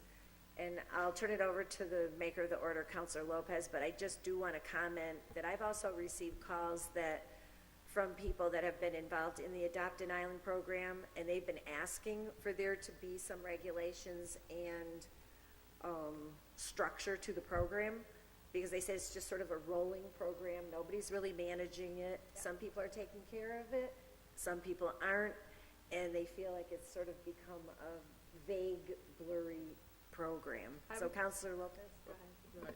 I don't have a problem if we're able to invite any of those folks to talk to them, because maybe they will have some ideas, but I think that having some type of regulation, some type of program that people will know exactly what they're gonna do, I think it Right. would be better than having flowers and not keeping them, and, we have to have some type of regulation. Counselor Lucy? I would almost call for the complete deletion of the Adopt an Island program because of the scatter plot maintenance, the lack of uniformity, from, plot to plot. I don't think that there is a high level of enrollment and participation in general. So I'd much rather see the city take over the maintenance of those islands. Well, That's a different order, but, that's a lot of money. right, that's, It could be part of our, when we had the conversation of the sign that says we can make donations to the sign instead of the panhandlers, we can make it the maintenance of the islands as opposed to. but so far we're having trouble with the maintenance of the parks. So Yeah, we're well, gonna add all these islands, but Counselor Lopez? I don't think that the city should take over. I mean, we can hardly maintain parks or whatever we have right now, and I think that's gonna create more problems for the city. But I think that if we're able to have some guidelines, very specific, that people can follow, I think that we will get people to participate and get them real nice. Yep. That's only my opinion, but I mean, if we can invite some of the folks that have been doing it for a while. Yeah. And I agree with that, because I think the person that called me is a person who does a really good job with it. But they're starting to feel like, well, I'm doing a good job, but these other people are just letting the thing become a mess. And so it doesn't put forth a good image, and they want to be associated with a positive for the city. So I think if we make it something a little more formal that people get chosen to do, Yeah. I mean, And maybe we limit the types of plants, you know, or create a list of accepted plants so that they could, pick from that. yeah, as long as they're not 6 feet tall, blocking the people driving down the streets. Or you can be excluded from the program for If you don't not maintain. maintaining your things, right? Yeah, I think that's kind of the gist. So I don't know do you have any ideas for specific language? I started looking into this, there's a lot out there. Okay. And let me, if you don't mind tabling this and then coming back with 2 or 3 different proposals that are very easy to follow, and so that's what I would like. If you're good with finding those out, and Yeah, if you I can will. even send them to us before the next meeting, then will. we hopefully have. What I would do is reviewed them. 2 or 3, because I Yeah, mean, yeah. I think it's. All right. All right. Oh, can I ask one more question? Where does the Adopt an Island actually live today? Like, who do you call to actually become enrolled in that program? DPW? Okay, thank you. So we're going to table for you to share some proposed language with us. Motion to table item number 5. Is there a second? All in favor? Aye. Thank you. Motion to remove item number 7 from the table. All in favor? Aye. Order filed by Counselor McGee, order that the city charge a sales tax or license fee similar to taxi cab on Uber, Lyft, ride-share companies. And we have the maker of the order with us tonight. Counselor McGee? Hi, how are you? Thank you for taking this up. Basically, if you were at the finance meeting, Farah, I always mess up his name for. Tomorrow, Monday? There we go. Kevin's got it down. He comes in every year, licenses his taxi, pays the fee, gets him inspected to make sure the tires aren't bald, the brakes work. He goes through a process. All I'm trying to do is make the residents safe in the sense of making everyone else go through the same process if you're going to be picking up or dropping off people in the city of Holyoke. That's pretty much the intent of the order, to make sure the cars are safe, and that's the way to do it. Do you have any insight into how we would know all of the people that participate in this type of endeavor? How to track them, or in Right. essence, you're creating a taxi license, and that's kind of what they're doing. They're providing a taxi service. So we'd set up an ordinance saying that if you're going to pick up or drop off any type, we can actually go to Boston or New York. They're the ones that are the leaders with regards to this type of stuff, and take their ordinances and set it up. So are you suggesting that we consider them a taxi? No, we just create an ordinance on ride share. Correct. That's all it is. Because Okay. they're not really viewed as a tax, it's a service, so. We don't regulate ride sharing in Correct. Holyoke at this point. And so, because the order talks about charging a sales tax and a license fee. It was just supposed to be either or whatever we felt was or- justified. Yeah, it does say or. They should, It's not really stipulating a safety check. well, we could create that. We That- could create that I'm would be just saying, part, I'm yeah. just saying that what's before us is more about the money. Well, no, it was supposed to, in essence, to do a license, or however you want to call it, whatever term of art, The license. in essence, to do it. would require a Okay. review of the safety check. Okay, I just didn't want to get down the road of calling it a taxi license because they are a ride share. So that's where you have to make that distinction. okay. I would recommend that we draft an ordinance comparable to the taxi regulations for ride share programs, where you have to come in, pay the $100 a year or whatever I believe that's the permit fee. And it would be subject to you having proof of insurance and inspection of your car, and that the permit be approved by the city council to the extent that there's some, in the absence of a state law that I'm aware of that already regulates ride share, if we can do that locally, we should try and keep it as consistent as we can. And then this way, I think the enforcement mechanism will be if the police learn of people being picked up, because anybody can do drop-offs in Holyoke. You don't, just to refresh everyone's memory, the rules for taxi is any taxi company, even if you're not licensed in Holyoke, can do drops. You just can't do pickups. So this would be really regulating the pickup side of it. Okay, so what I'm hearing is to sort of mirror the license application process for the ride share program and create an ordinance otherwise similar to taxi. Does that give you enough to work with for a draft, Kristen? Oh, good, okay. So I was curious if we could do it.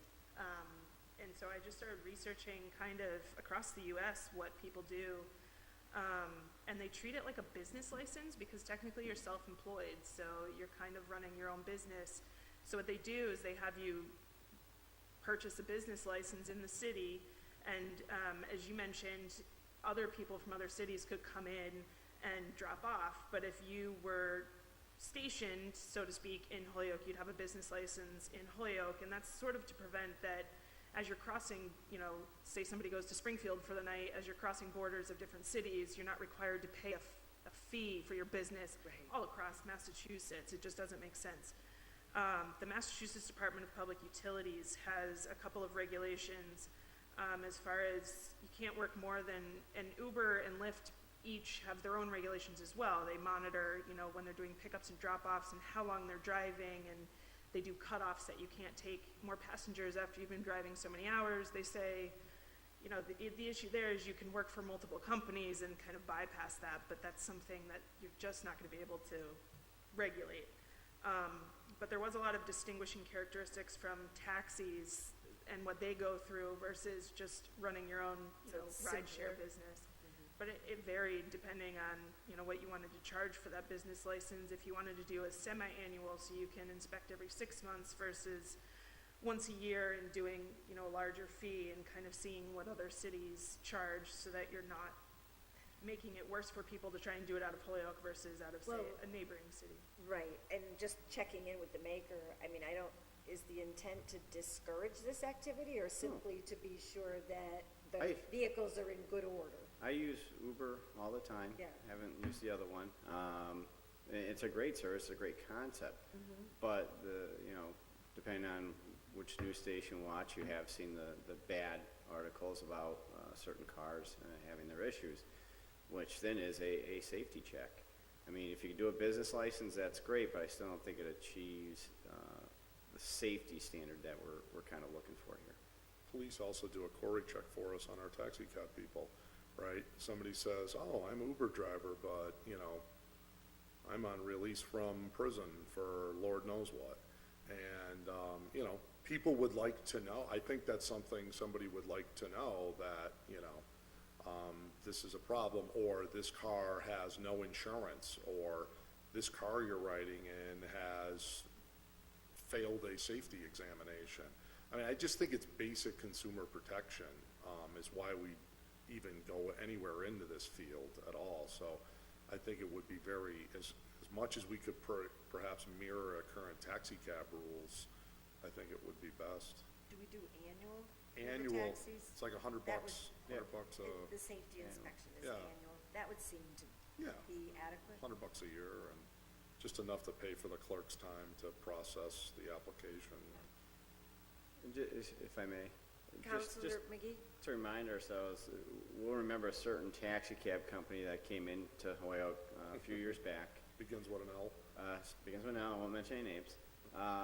They didn't pay for insurance. Their cars wouldn't go through inspection. They kept refusing until we had to have police go and pull them over, of which there were multiple violations. They weren't paying not only insurance, but health insurance for their employees, so the list was long. So ultimately, we pulled their license. Yet, they went out and took spray painted their cabs and started doing it without licensing until we caught them again. So that's the type of stuff. I'm not saying Uber's doing that. Once again, I use them. It's a good company. I'm just trying to make sure we have some type of safety net like we do with our taxi cabs. Okay, thank you. Can I just add one thing? Counselor Madam Chair? Jordan? I think it's also helpful too that if there is a problem with a ride, a consumer feels like they have someone to turn to as well. So that like if you have a bad experience with a taxi cab driver, you could theoretically call your city councilor and say, hey, want to let you know that so-and-so who has a taxi cab license, either who knows what, drop me off in the middle of nowhere because I wouldn't give them an extra $50, or you name what possible offense there could be. They at least have some form of recourse to you, the permit grantor. And I think it's the same thing in that case. I'll never forget with the aforementioned company that the counselor was mentioning, this former problem we had. I remember I was in Chicopee in the Walmart parking lot walking into Panera in an evening, it was early evening, and this named company blows right through a stop sign, almost runs me over, and then I go back and I look to the guy like, what are you doing? And then he gives me the bird. And I'm saying to myself, are you kidding me?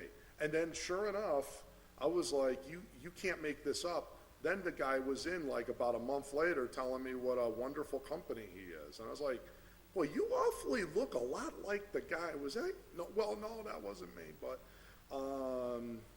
it was your company. But nevertheless, there's recourse for these type of things. Okay, so what I'm hearing to summarize is that you're really looking for a rideshare license rather than a general business license. You're looking at the $100, is that standard for these types of applications? Is that what we're sending over to legal for draft, or do you want to get that specific? I think I would recommend that we send it to legal if the maker's okay with it, with a draft back with trying to mirror it as much to the taxi cab, and then, you'll be able to see it, we'll be able to see it. Safety check, And but I mean, is $100 sort of the going rate? if memory serves me, I think it is. I don't know what the taxi, But I mean, I don't think we want to discourage people from No. doing it, so I wouldn't make it too high. But I do think that Councilor Lisi? I do think that the ability to grab the license from the clerk's office, so even if it's a business certificate for rideshare, Right. so just so that, I wouldn't want to make it excessively onerous when there's other communities that are not doing as much Right. in terms of the regulation. Let's go with the Well, KISS theory, keep it simple. yeah, but we're proactive here. There's a Right, lot right. of other cities don't do anything on a lot of things. Right.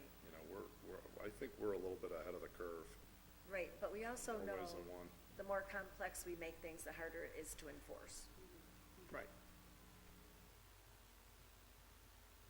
Do you have enough to work with? I do. Sorry, it's a big stack here, but there actually is some state regulations. It's under the Special Acts of 2016. It's actually Chapter 159A and a half. They inserted it specifically for transportation network companies, and there's a lot of the regulations that you talked about as far as insurance and keeping tabs on whether or not they're maintaining their rules and regulations that have been administered by the companies. So I think a lot of the safety issues may already be part of a state Okay. We requirement. could just We can reference that. So I can rough draft. I don't know if it's worthwhile to email directly to you and we can kind of work some language. Okay. All right, thank you very much. Can I have a motion? Motion to table and forward over to legal for a draft. All in favor? Aye, thank you. Motion to remove item number 9 from the table. I right across from it during city council. A bit much. Feel better? take care, Counselor. So a motion is to take item number 8 off the table? All in favor? Aye. This order is that fine for overtime parking be increased from $10 to $20 as requested by the department and other parking-related violations. I know Ryan did reach out. He reached out to me for clarification for what they wanted. I said what we needed were the rest of the fines because they needed to be consistent because we'd created a problem with just changing one, but we don't have anything back that I'm aware of yet. I would ask the administrative assistant to make it a point to get a hold of Dan Overton specifically. Okay. And he's the guy that had all the ideas, and he came in previously with, Right. so I'd like to see Dan Overton and Mike McManus be specifically invited to a future ordinance meeting. All right, because I know there was some urgency initially. Yeah. Because we were changing the one and there were some unintended. So we ended up, because we didn't want to wait any longer, Effects. we ended up doing the overtime parking that, Right. that's already taken care of. But Right. these other ones, they brought it to my attention. I'm filing this on the Exactly. behalf of the DPW saying, hey, want to bring it to your attention that you've got all these other parking offenses that haven't been looked at in 20-something years. The fines are really low, you know. So, you know, whether it's parking in front of a fire hydrant, parking and no parking zones, all these different things, a lot of those fines haven't been looked at in forever. So they're saying they're too low. So we're just waiting for them to give us a suggestion as to what they think they should be. So I'd make a motion to table and specifically ask for Dan and Mike to come in and give us what we need to do it. All in favor? Aye. Motion to remove item 9 from the table? All in favor? Aye.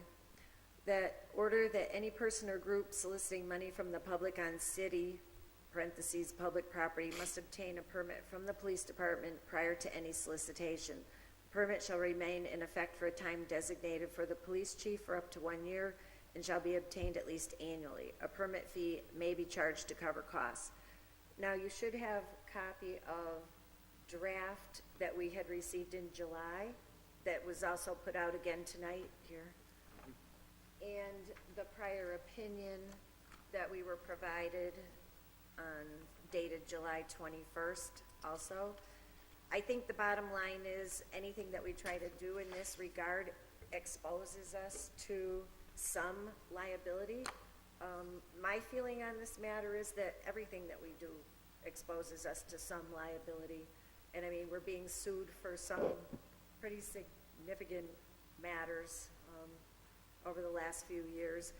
And I think it is a reasonable thing for people to obtain a permit to solicit for money in the city. When people go to the police department to seek a permit for a loudspeaker, they have to get a query check and a permit to do it. People who want to have a tag sale in their yard have to get a permit and pay a fee to do it. This is in no way restricting, controlling, limiting, or anything else the person's ability to solicit the money, but it is letting people who live here who are being solicited from know who is doing it in the public square. So I acknowledge that there may be some exposure, but they're in the public square. There's nothing to stop anybody from taking their picture, IDing them in other ways.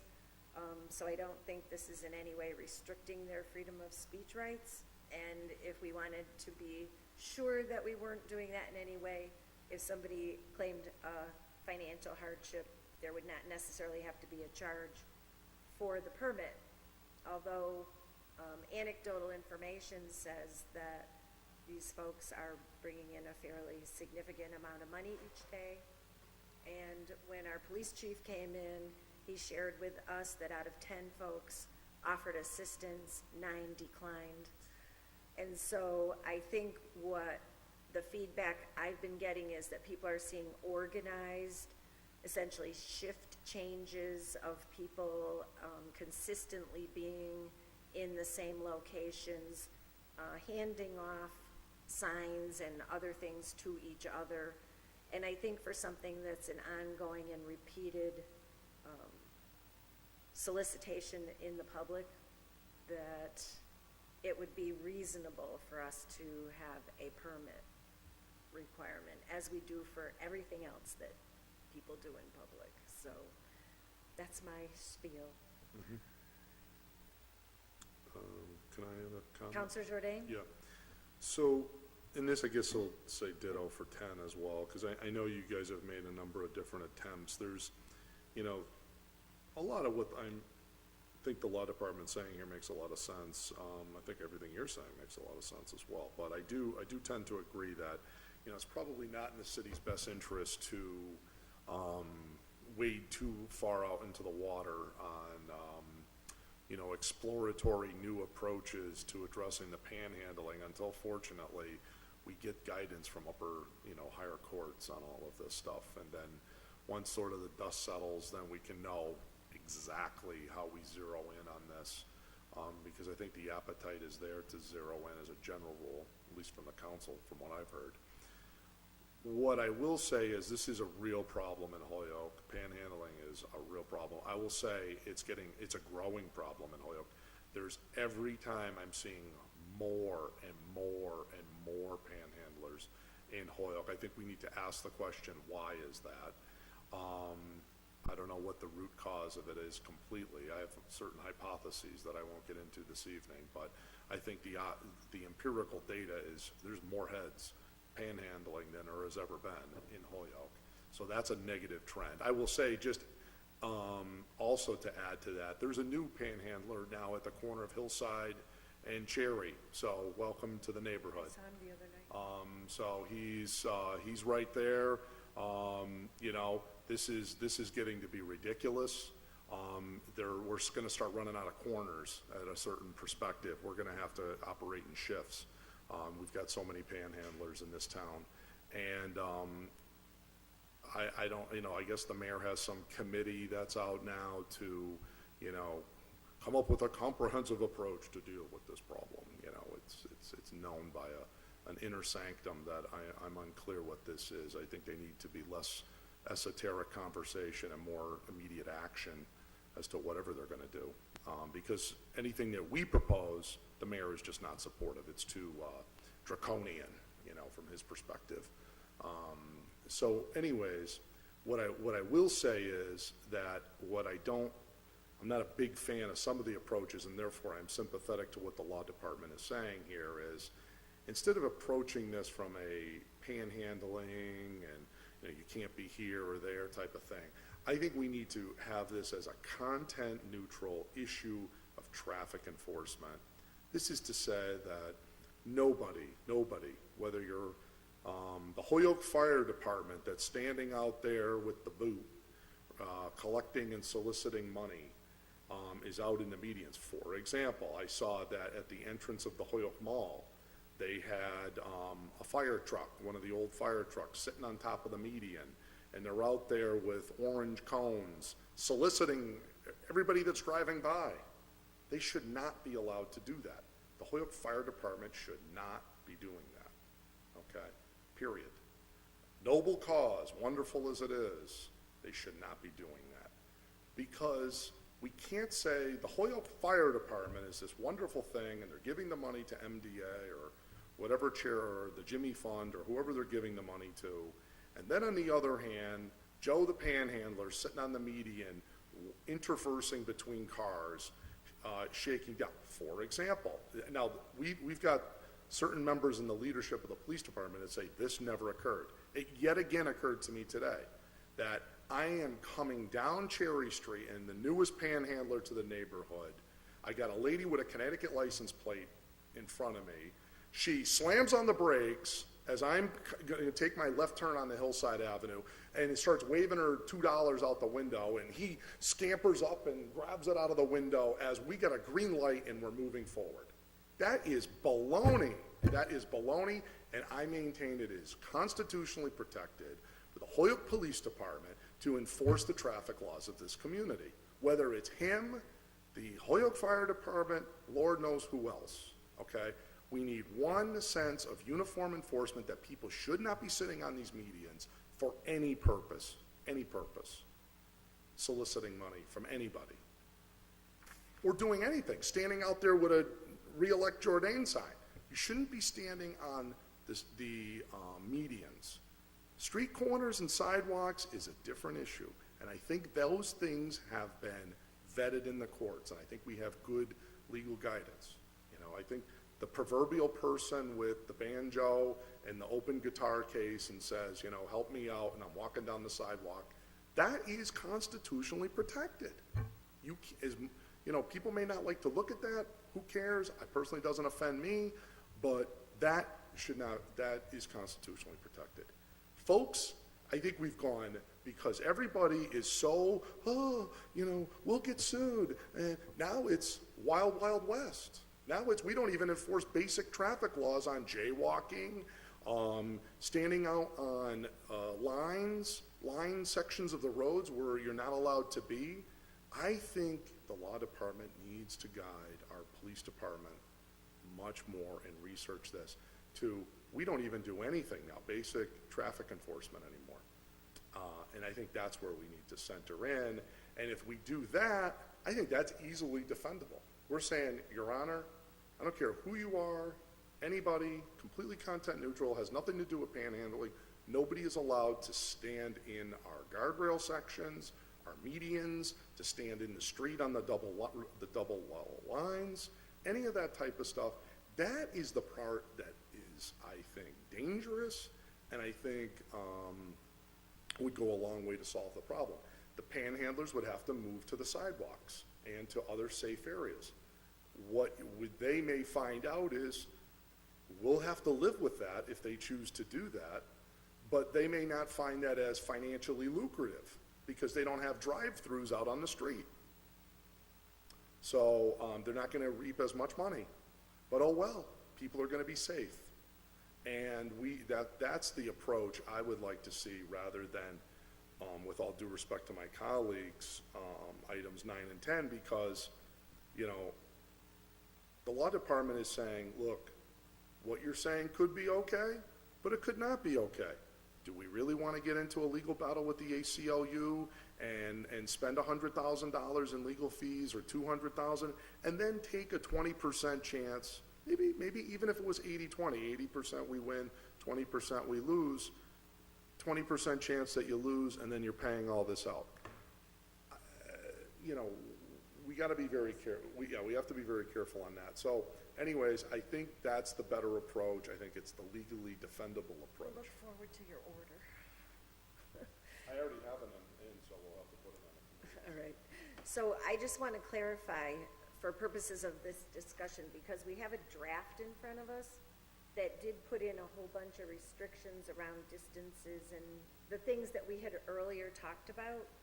The intent of the order that I filed after that was to simply create the permitting process. It wasn't to keep all of those other restrictions in. That's why I refiled. The thing that had all these other things that became issues around prohibiting in that was an earlier thing. So my intention was not to have all 62-36, 62-39 in that. It was simply to say, if you're going to be soliciting money, get a permit. That's all I wanted, not all these other things. I mean, I just drafted the language. If you want to cut pieces, you're welcome to But cut no. pieces. So my question is, and I know that you were working from all the things that had come before you got here. So I'm not intending to be critical of what you put together, but I'm just trying to clarify that in that latest order that I filed, I was hearing the argument about the prohibition aspect of it. So my goal was to not prohibit anything. Right, so I think where you can see in my draft language, if you see section 62-33, Right. that's our solicitation ordinance, and there is a requirement for a permit of $100 to be paid to the police department. Right. I think that actually covers what you're trying to do. Whether it's enforced or not at this point, I don't know. Whether it's enforced across the board, you know, to the fire department, to a charity standing out there, to a panhandler, that I'm not aware of. So I I know we discussed about changing the definition of solicitation, so there's other case law out there that supports the fact that even if your intent on changing an ordinance is to prohibit panhandling, that can be an issue. So at this point, because this has been an issue that we've been looking at controlling or prohibiting panhandling, kind of anything you do right now can subject you to litigation. Whether it's, it's really just, it's a difficult area at the moment. So, I mean, some of the language I gave you here, some of these suggestions are on other municipality ordinances. Some of them were what you were asking for, and just kind of, this is what you want. If you want to put it in, I can put it in, but. So here's my thing, if we already have an ordinance that says if you are soliciting money in the city, you have to go get a permit and pay a $100 fee, then that predates any of these orders relative to the panhandling. Right. Correct? So there it's could an have been, enforcement issue at this point then. right, so there could have been no intent under that ordinance that is on the books. Nope, so I'm saying, remember we had discussed in the last meeting about altering the definition of solicitation to include, because I think our definition is very broad right now, and it includes more of not the one-on-one or the person standing on the street Right. hoping for money. Solicitation kind of has a different definition in our ordinances right now. If you were to change that, with the intent being that it now includes panhandlers, that can be looked at as trying to prohibit. So right now, it needs to stay the same if you're looking to not subject yourself to litigation or even questions into our ordinance, and more look at the enforcement of what's already in the ordinances Without as far as, changing anything. without changing anything, and maybe start enforcing that the way it is. So whether it's the fire department needs to start getting their permits, or the churches, or you have to look at, the Boy Scouts, Girl Scouts who are doing car washes. Everybody, yeah. Everybody. So that's something that you'd have to start doing now across the board to really create that content neutral atmosphere, I guess. Okay. All right, well, what is the will of the committee? Just put it away? I mean, I will say, if you Google like panhandling after Reed versus Gilbert, there are some phenomenal articles out there. Just on a weekend, if you want some reading time, I have a huge folder filled with them. And every time something comes up, I mean, I always look. When you mention a city, I go to that city and find out what it is. I search news articles. 99.9% of the time, it's been shot down. They don't enforce it because they know that it's not okay. It's an interesting area of law right now. And some of the articles are just professors. Some of them are just a guy, from law school writing a review. And some of the ideas are really amazing. Yeah. Well, the thing of it is, and the frustration of it is, it's well and good for the people to have the right, and I find it an interesting interpretation, and I'm learning more and more about how we ended up here through a certain interpretation of the law under freedom of speech. But the irony is that people are now being aggressively accosted in parking lots, in public places, people physically going up to them, people on buses from elderly residential complex are being targeted when they get off the bus. And fortunately, in this setting I work in, one of the people that transports the people is a retired cop. So he sees the activity and recognizes it for what it is. But I mean, this is going on more and more and more, and this is not passive. It is, somebody's right to free speech does not trump somebody else's right to travel safely in the public way. And this is beginning to happen in our city. And your point relative to the traffic, my point relative to people trying to walk from one place to another. And it is happening. And I'm sorry if our police chief hasn't seen it, but people are seeing it. The problem is, by the time you call the police and they come out to address it, it's not happening then. It's very frustrating, difficult situation, but I take your points, and if it's the will of the committee to give this leave to withdraw at this time, you know, that's where we should go with it, if that's the best advice, but I just think that we're losing the balance here, and it's not going in favor of the law-abiding citizens. So, I mean, I think, to your point, though, you're talking about somebody getting accosted in a parking lot or aggressively being approached. That's a whole different law. You're looking at assault, battery at that point. I mean, that's got its own ramifications, where it's not just panhandling anymore. Now it's somebody going above and beyond. Right, And it's a criminal But somebody thing has at to that point, see it. just like any other law. But I know. I mean, you could prohibit panhandling unless somebody sees it. It's the same issue. So it's, Well, right, but I mean, I understand your frustration.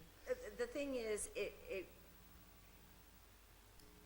becomes accommodated, and then the behavior goes over the line. But it would be similar to saying the analogy, well, you're never going to stop it, everybody's going to do it anyway, so don't create something to attempt to stop it. I mean, that would be like saying, just take all of our laws and throw them out, because people are still going to keep murdering people, even if we have laws against it.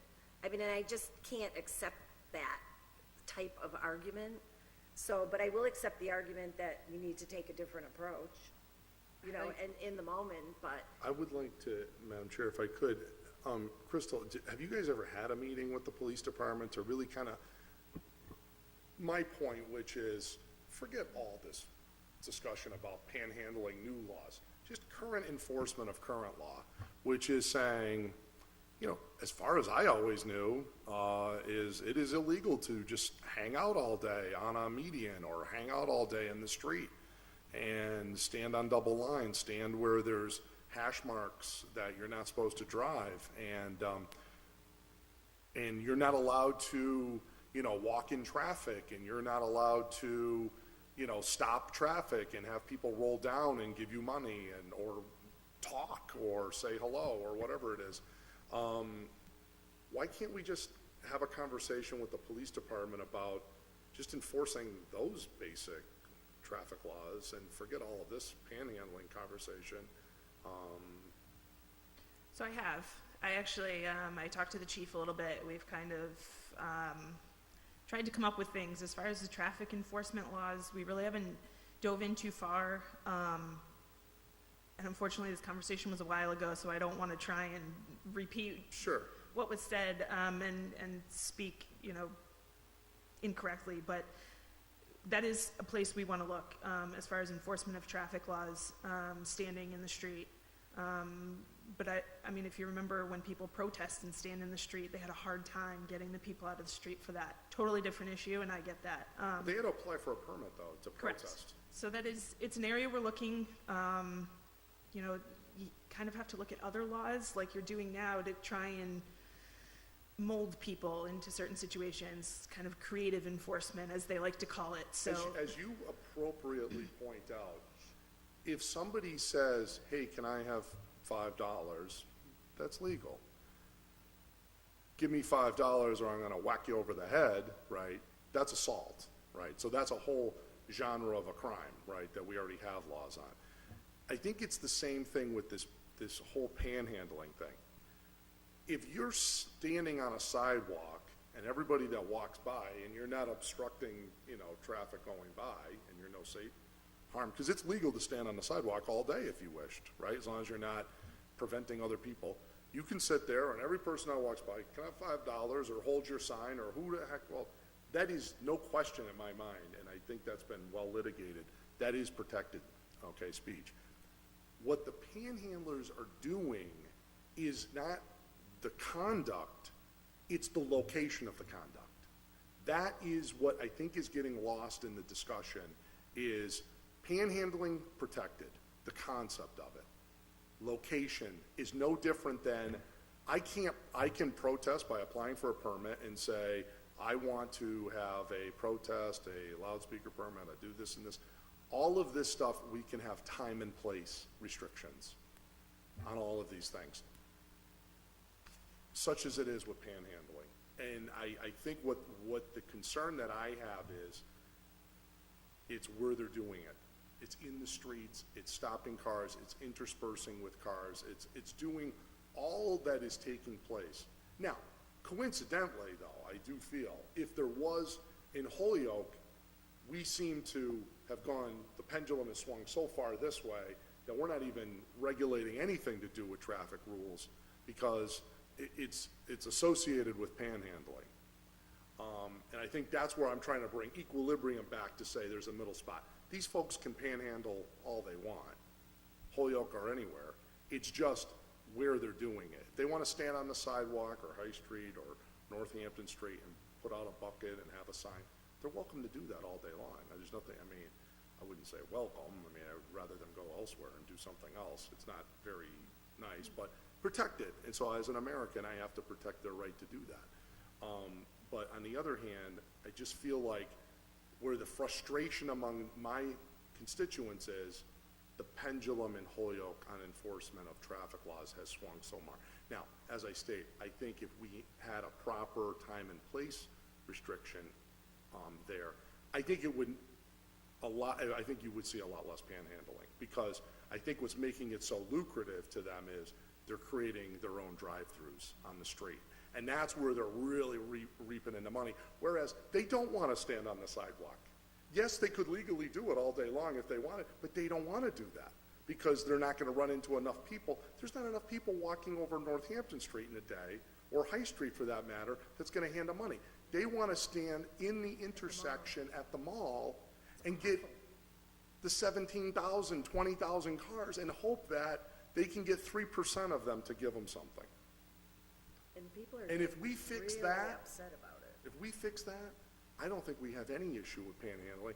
I think the panhandling amount will come back to a reasonable. But I think the word is out there right now, because it's growing, it has to be out there, that anything goes in Holyoke. You can panhandle anywhere, at any place, at any time, and just fly under the banner of panhandling, and there is zero enforcement in Holyoke. And I'm suggesting that's becoming a real problem. So is the order that you filed, I'm just not remembering the wording in it, it will get at that aspect of it? Mine is just that the Holyoke police enforce the traffic laws. Mine is like a real short and sweet. So there's nothing to be done in terms of ordinance on it? Nothing. I propose no ordinance changes. So there's, as I So- mentioned, there's a quick web search. I mean, definitely just, there's some amazing articles. You had mentioned in a bus. There's an article out there that discusses the captive audience doctrine, which basically states that you have the right to free speech. I also have the right that if I can't leave the situation, I have a right to not be subjected. So that's where they've gotten some ordinances, especially in New York City, the subway stations. There's some ordinances in there. The issue is, as you've mentioned, it's so widespread right now, and it's such a touchy area that nobody's really drafting anything to attempt that. And I don't know that we want to be the first ones to try, but it's just, there's some interesting reads out there of where those rights conflict with each other, so. Yeah, and I do appreciate the work you've done on it, so if somebody wants to make a motion at this point, I give up. I'm gonna make a motion that 9 and 10 both be given leave to withdraw. Well, first And- we have to take up 10. We'll have to take it up. Okay. All right, so I'll make a motion to give 9 leave to withdraw. Is there a second? All in favor? Aye. And motion to take, I need a Take up number 10. second. All in favor? Aye. Second. All in favor? Okay. All right. Me neither, I know. but hey, sometimes, And you believe me, know, I it agree is with what your, it I is. agree with your orders, trust me, it's. And I hear what you're saying. I'm not too sympathetic to panhandlers. Item number 12, I think we can leave on the table for now, due to the late hour if you want. Or I'm happy to take it up if there's anything in terms of drafts. Well, can we just take it up for a minute? Sure, motion to take item 12 off the table. All in favor? Aye. So, Crystal let us know that she had sent you a few links, and so she just wants guidance on Okay. how wide, how broad, how deep. Yeah. Because it's too hard of a thing to Yep. ask her to Of course. do a draft unless we set some parameters. Fair point. Personally, I'm happy if you as the maker want to look at those links Yep. and choose the parameters. But I would encourage us to take a fairly succinct, crisp view. Because if we make this a very complex, try to cover everything in the world ethics ordinance, nothing will ever be enforced. Agreed. So that's just my 2 cents. Yes, If you could do that between now and then that would let us be productive at the next meeting. I agree. And I think that's a fair point. What I need to do is I need to look at those, and I need to think about this some more of what I wanted to bring in as an initial high-level view areas that I think we want to be touching on. My biggest thing is going to be, again, more discussion about the interplay between people who have conflicts, people or situations of people with conflicts, be it people with certain immediate family members working in key positions, as well as people who could be in a position to award different municipal contracts to people, making sure that they're not, in exchange for that, receiving anything of value. I think those are the things Mostly where financial based. that's the largest area. That is the largest area. What I think concerns me is 268A, which is the state ethics laws, do not in and of themselves, preclude things like campaign donations from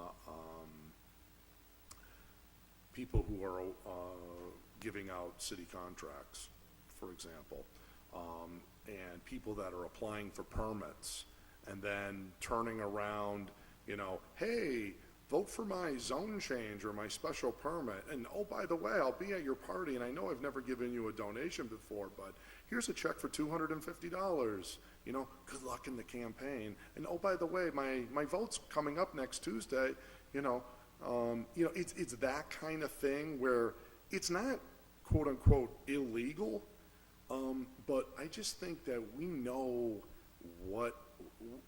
that when we see it, right? We know that when we smell it. We all have good common sense. And it's just some of my thoughts, concerns, observations of sitting in this room for 24 years and having people where I've had to say to them politely, thank you, but I just can't take that check because in a couple of weeks I'm going to be voting on your proposal. And, if you had been donating to me for 10 years in a row the same amount before I probably wouldn't think so much of it, but, it's those type of situations. So what I want to do is have the baseline is 268A, and no ethics ordinance really needs to enhance what the state has laid out. But what we're talking about is saying, where, you're, people with immediate family members that are department heads, especially ones that are working for the chief executive, things like that. And I don't mean anybody in particular at the moment, but I've seen this over the years where it's like, oh, and then they're voting on something, and these are just certain conflicts. I also want to be crystal clear that I want to put in this ethics ordinance as well. I think thing that you'll see in my proposal is going to be a complete ban on city employees sitting on the city council. Apparently there's some loophole at the moment that as long as you don't take the city council salary, you can also be a city employee.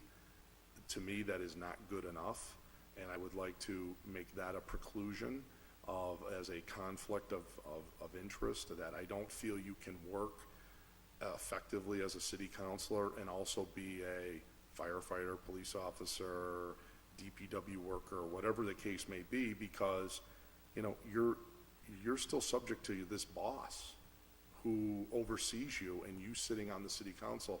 I want an independent city council. And I think that we have to also consider that as we look at some of these boards and commissions and things of this nature. So that's kind of the direction, just to give you a sense of where I'm going. with it. So I think it's appropriate to table, and I do owe the committee and I will look at what Crystal sent me as well. So Okay. make a motion And to table. so, I would suggest maybe in this regard, we table it to a date certain, to October 10th, Sure. That's fine. right? So is there a second? Second to table, it's October 10th. All in favor? Aye. Motion to remove item number 13 from the table. All in favor? Aye. Ryan did let me know that the vendor should have been in, but I did not see him. So I would just suggest we table it. Table, give them a second. Yeah, so I don't know. All right, because Ryan You a phone number? Maybe just I can call indicated him. that we should have him in for the permit tonight, so I thought he might be here. Sure. So we'll leave that on the Motion to table? table, and Counselor Lopez will help us with outreach. All in favor? Aye. Motion to remove item 14 from the table? All in favor? Aye. Item 14, filed by Counselor McGee, that section 4.8 of the zoning ordinance be amended to prohibit any commercial vehicles from parking on the street or in the driveways.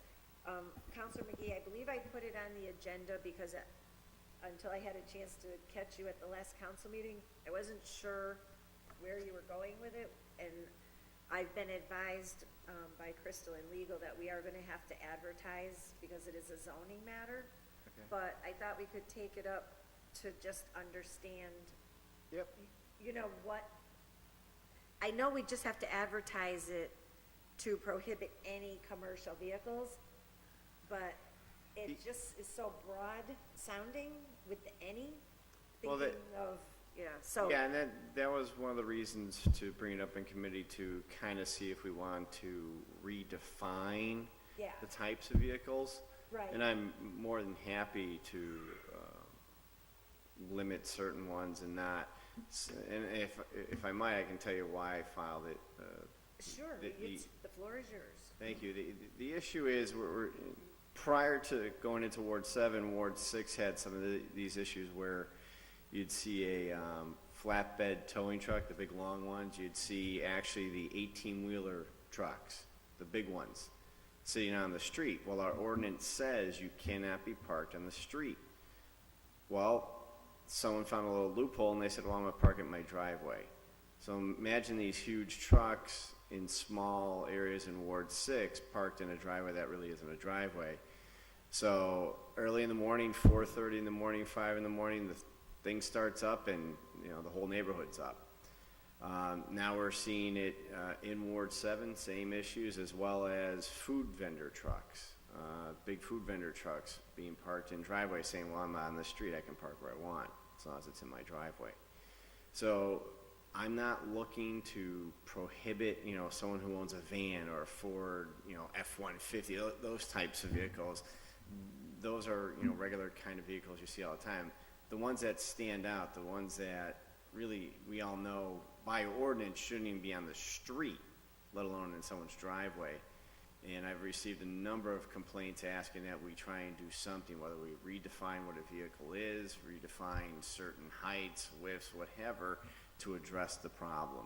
Because it's starting to grow. I mean, it was in Ward 6, it was a couple. Now in Ward 7, I've received probably, I'm at now 6 different areas in the area. So, if I can just ask, at this point, in order to advertise for a certain focus, would you be willing to refile the order and make it a little bit more focused, so when we're advertising for the public hearing, it will be about, Should we first, that's what I'm saying, do we Or- want to define it first? Should we come up with some types of under ordinance? Yeah, and what then is- give it to legal, and then at that point, we'll refile it and do the required 2 weeks or whatever it is. Oh, okay, so then what we would do under this order would be to redefine categories of commercial vehicles, Right. which we can do just under ordinance, right, without a hearing, because now we're not into zoning, right? Yeah, it's just recategorizing this, I mean, because like I said, the loophole is, if I want to drive my 18-wheel truck, I will park it in my driveway regardless of how big that driveway is. and I am now in full compliance.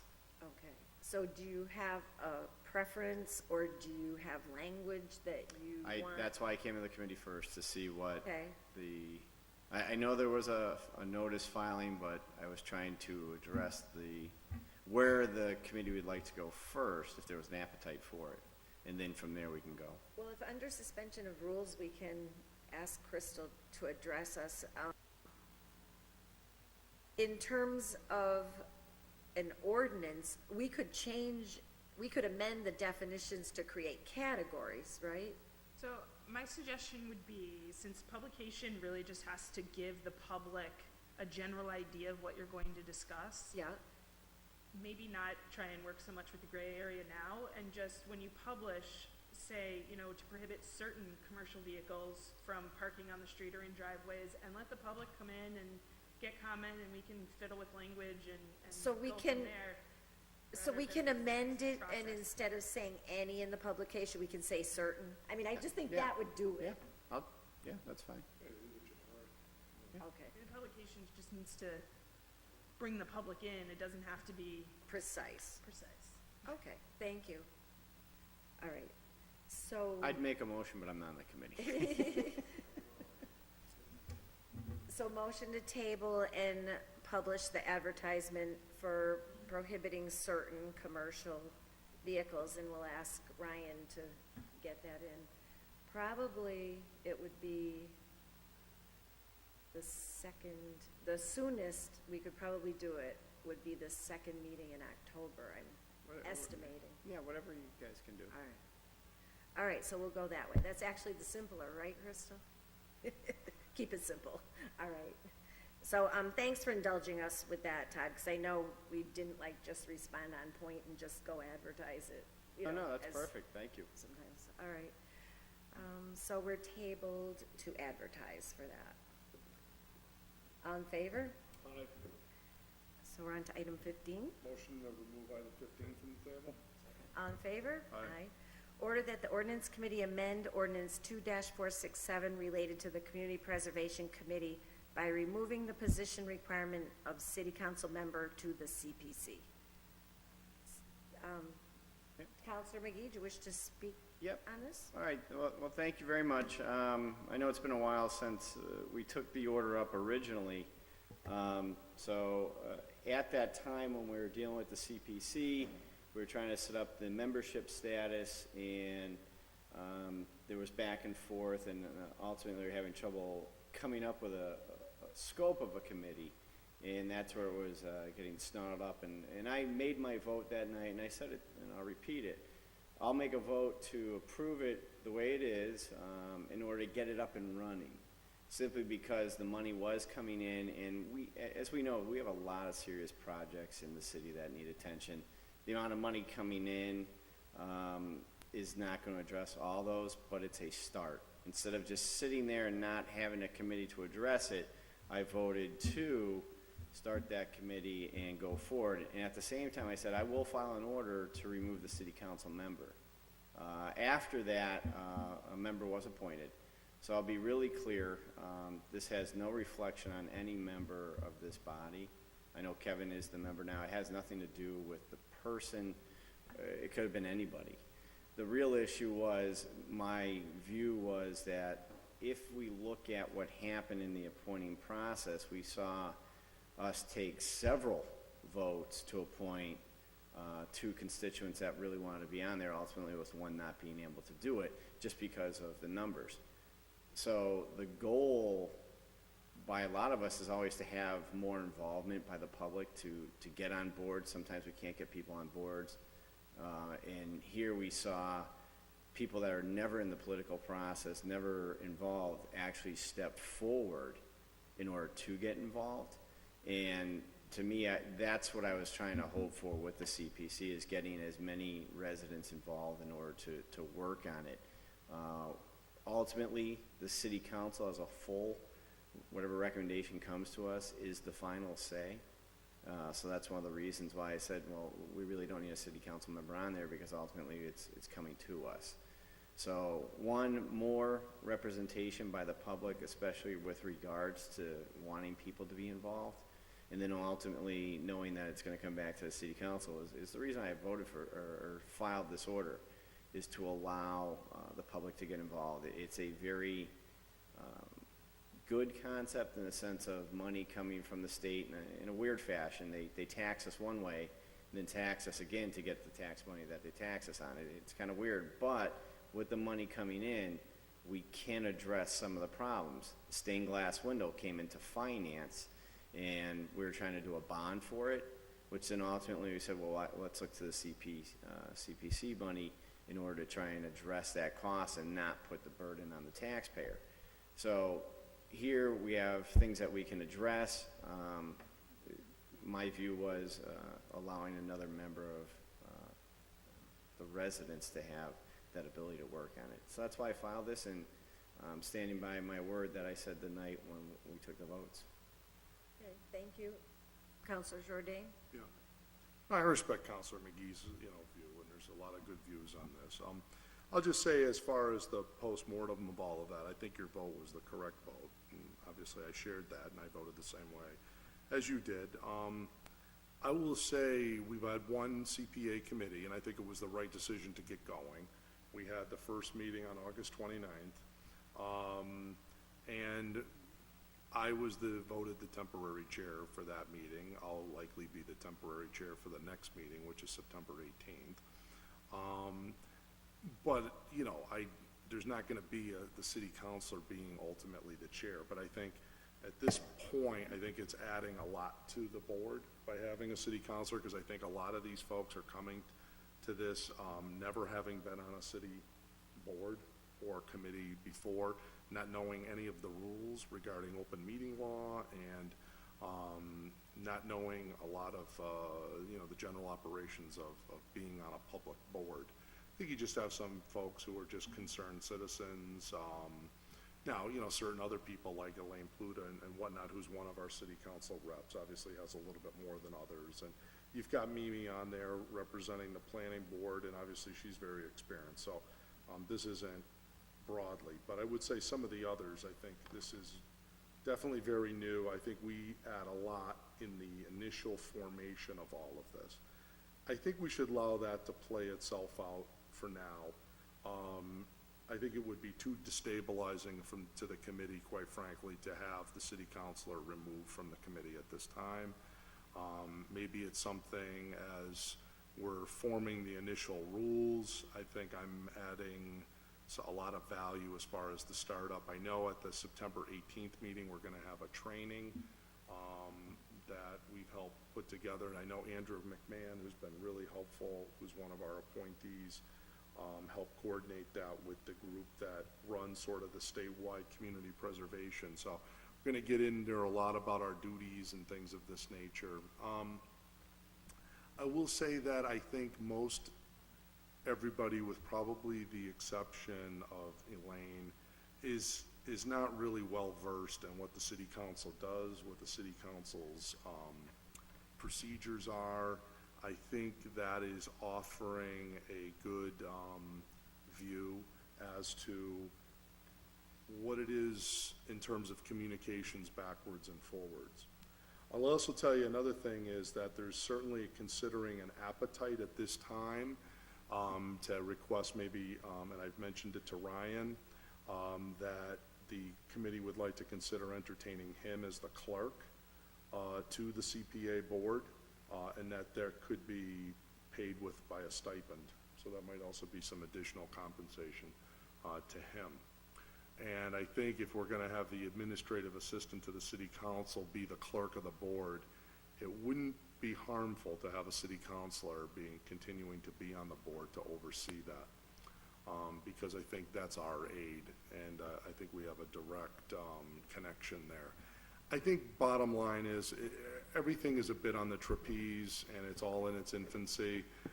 I think right now, clearly, the city council is adding a lot of experience and adding a lot of value to the board at this point, which, quite frankly, if we create, the alternative would be to not have a city councilor and create a fourth at-large seat. By the time we go through that whole process, and then we find somebody from who knows where, to go and apply for these seats. And quite frankly, I was a little surprised. We didn't get that many applicants to be even in the 3 seats that we wanted. I think in the end, I think we had about 4 applicants for 3 seats, and I think 1 person didn't get it. It was something like that. So I was a little underwhelmed by the amount of appetite out there for the 3 seats to say, let's go create a 4th seat. So on balance, I think leaving this at the moment as good enough alone is the best approach. And then, yeah, let's revisit it. Revisit it maybe at the beginning of the year, and then take it from there. And then maybe if people feel that the city councilor position is not adding value and that we need another whomever voice. But I can tell you that there is going to be, as far as the city council's perspective on this, I think there's a lot going on with this committee, and I think you're not going to actually even see a plan or proposal for a long, long time. So this notion that, well, the city council is going to have its input at the end of the rainbow, that is true, but it's a yes or no. You can't change their proposal. So I think what we're doing is having a dialogue of understanding that we're not doing duplication of duties too. For example, we don't want the CPA board to be focused on things that the city council is taking care of through bonding. And I think one of the big things that they're trying to do is see where they can leverage some of these dollars in the community to get matching dollars or other support. Well, they're not going to know what's being bonded for if they don't have a city council representative on there. Because right now, there is very little, either from anything from the administration or any of the appointed offices. Nobody at this point is communicating with the CPA board, and we're not sure how that is going to flow of communication. So we don't want people to be spending time talking about, oh, well, we're going to use CPA money to do fill in the blank, the windows upstairs, and then that's all being handled by a bond. Whereas the city councilor could have said from day one, don't waste your time on that, let's go do something else because that's already going to be taken care of. It's that type of stuff. The council, like I said, really won't have input for probably at least a year, because I don't think there's going to be a plan or a proposal for at least a year from this committee. And then there was a discussion saying, we might not have any proposal after a year. They might hold on the money to build a critical mass, so it could be 2 years from now before the city council even sees a proposal. So I understand the view from some that, and I appreciate that, but I just think at this point, I think we should leave good enough alone. I think we've struck a good balance, and I think it's working. As soon as I think it's not working, I would be the first to make a change, but I think at the moment, things are moving along as best as we can hope for. So I would say I don't think we should be opposed to Councilor McGee's idea. I think we should table it and let the jury sort of play itself out over the next several months, and then revisit the issue to see if we should go in another direction. So I would recommend it be tabled. If I may? Thank you. I'll give you just a minute. I just want to make a comment that when we went through the whole process of the membership and everything, I did my due diligence on my thinking about it, and I hear the arguments for removing the city councilor, but I just think that the liaison role is really important. This is tax money, it's taxpayer money, and I think we have a fiduciary responsibility to have a direct liaison with the group. Councilor McGee? Yeah, I understand you're looking to table it, and I was going to say table it as well, simply because there were members of the public that reached out to me that were going to come down tonight, and with regard to scheduling issues, they would like to speak. So I said I would mention that in the meeting and ask them to come down whenever we can bring this up again. And once again, I do appreciate the committee bringing it up. I know it's a touchy topic. However, people want to be heard on it, and that's what I'm here to do. I'm going to allow them to come down again to address this issue. I understand some of the points that were made. I guess would have to say is with regards to should a member be on there having a voting right or being just a liaison, kind of like I was with the school department, where I went over to deal with the matter of the school department building and where we should go from there. I didn't want to be a voting member of it, and actually I told them that when they were actually trying to present something to the city council, I said, we'll provide all the recommendations with regards to the school building and see where we can go. I'm not going to be voting on anything because I'm here to give the city council the information that they need, as well as the committee I was sitting on to help them address their issue. So I didn't need to be a voting member like we have one currently on the CPC. I just need to be if you want to call it a volunteer or a liaison to help guide them. That's why I filed this order as well, is in order to make it, we can be involved in boards, but we don't have to be voting members at the same time. So that's it, and if you're going to table it, that's what I was going to ask for anyways, to allow certain members of the public to come down and speak. So thank you. So do you want to table it to a date certain so they can focus, or do you want us to just table it and you'll communicate back to us? If you can give me a date, I will do it that way. I know you guys have a very busy agenda, so I'm not going to, I know you do certain things, Counselor Bacon, on, We gotta look at the calendar. Yeah. I think we should There- table we it, have a table lot it back. generally, and if you can get back to me. then we'll get whenever. back. Yep. But probably it'll be either late in the year or early next year. I mean, it's not really a rush, is it? Sometime this year, like anytime this year, if you can let me know a date, that would be great. Why don't you talk to the folks and get back to me? Okay, I'll do it that way. And then we'll see what we can do, okay? Select a date, okay. Great. Motion to table. All in favor? Aye. Motion to adjourn? All in favor? Aye. Thank you. Great. Thank you all. I mean, sorry, Crystal, Should we'll we have just, a party? sorry to disappoint you with these early departures. We have to surprise you. Wow. We have to, great. Crystal, we have to surprise you in a positive way Laser-like every once efficiency. in a while.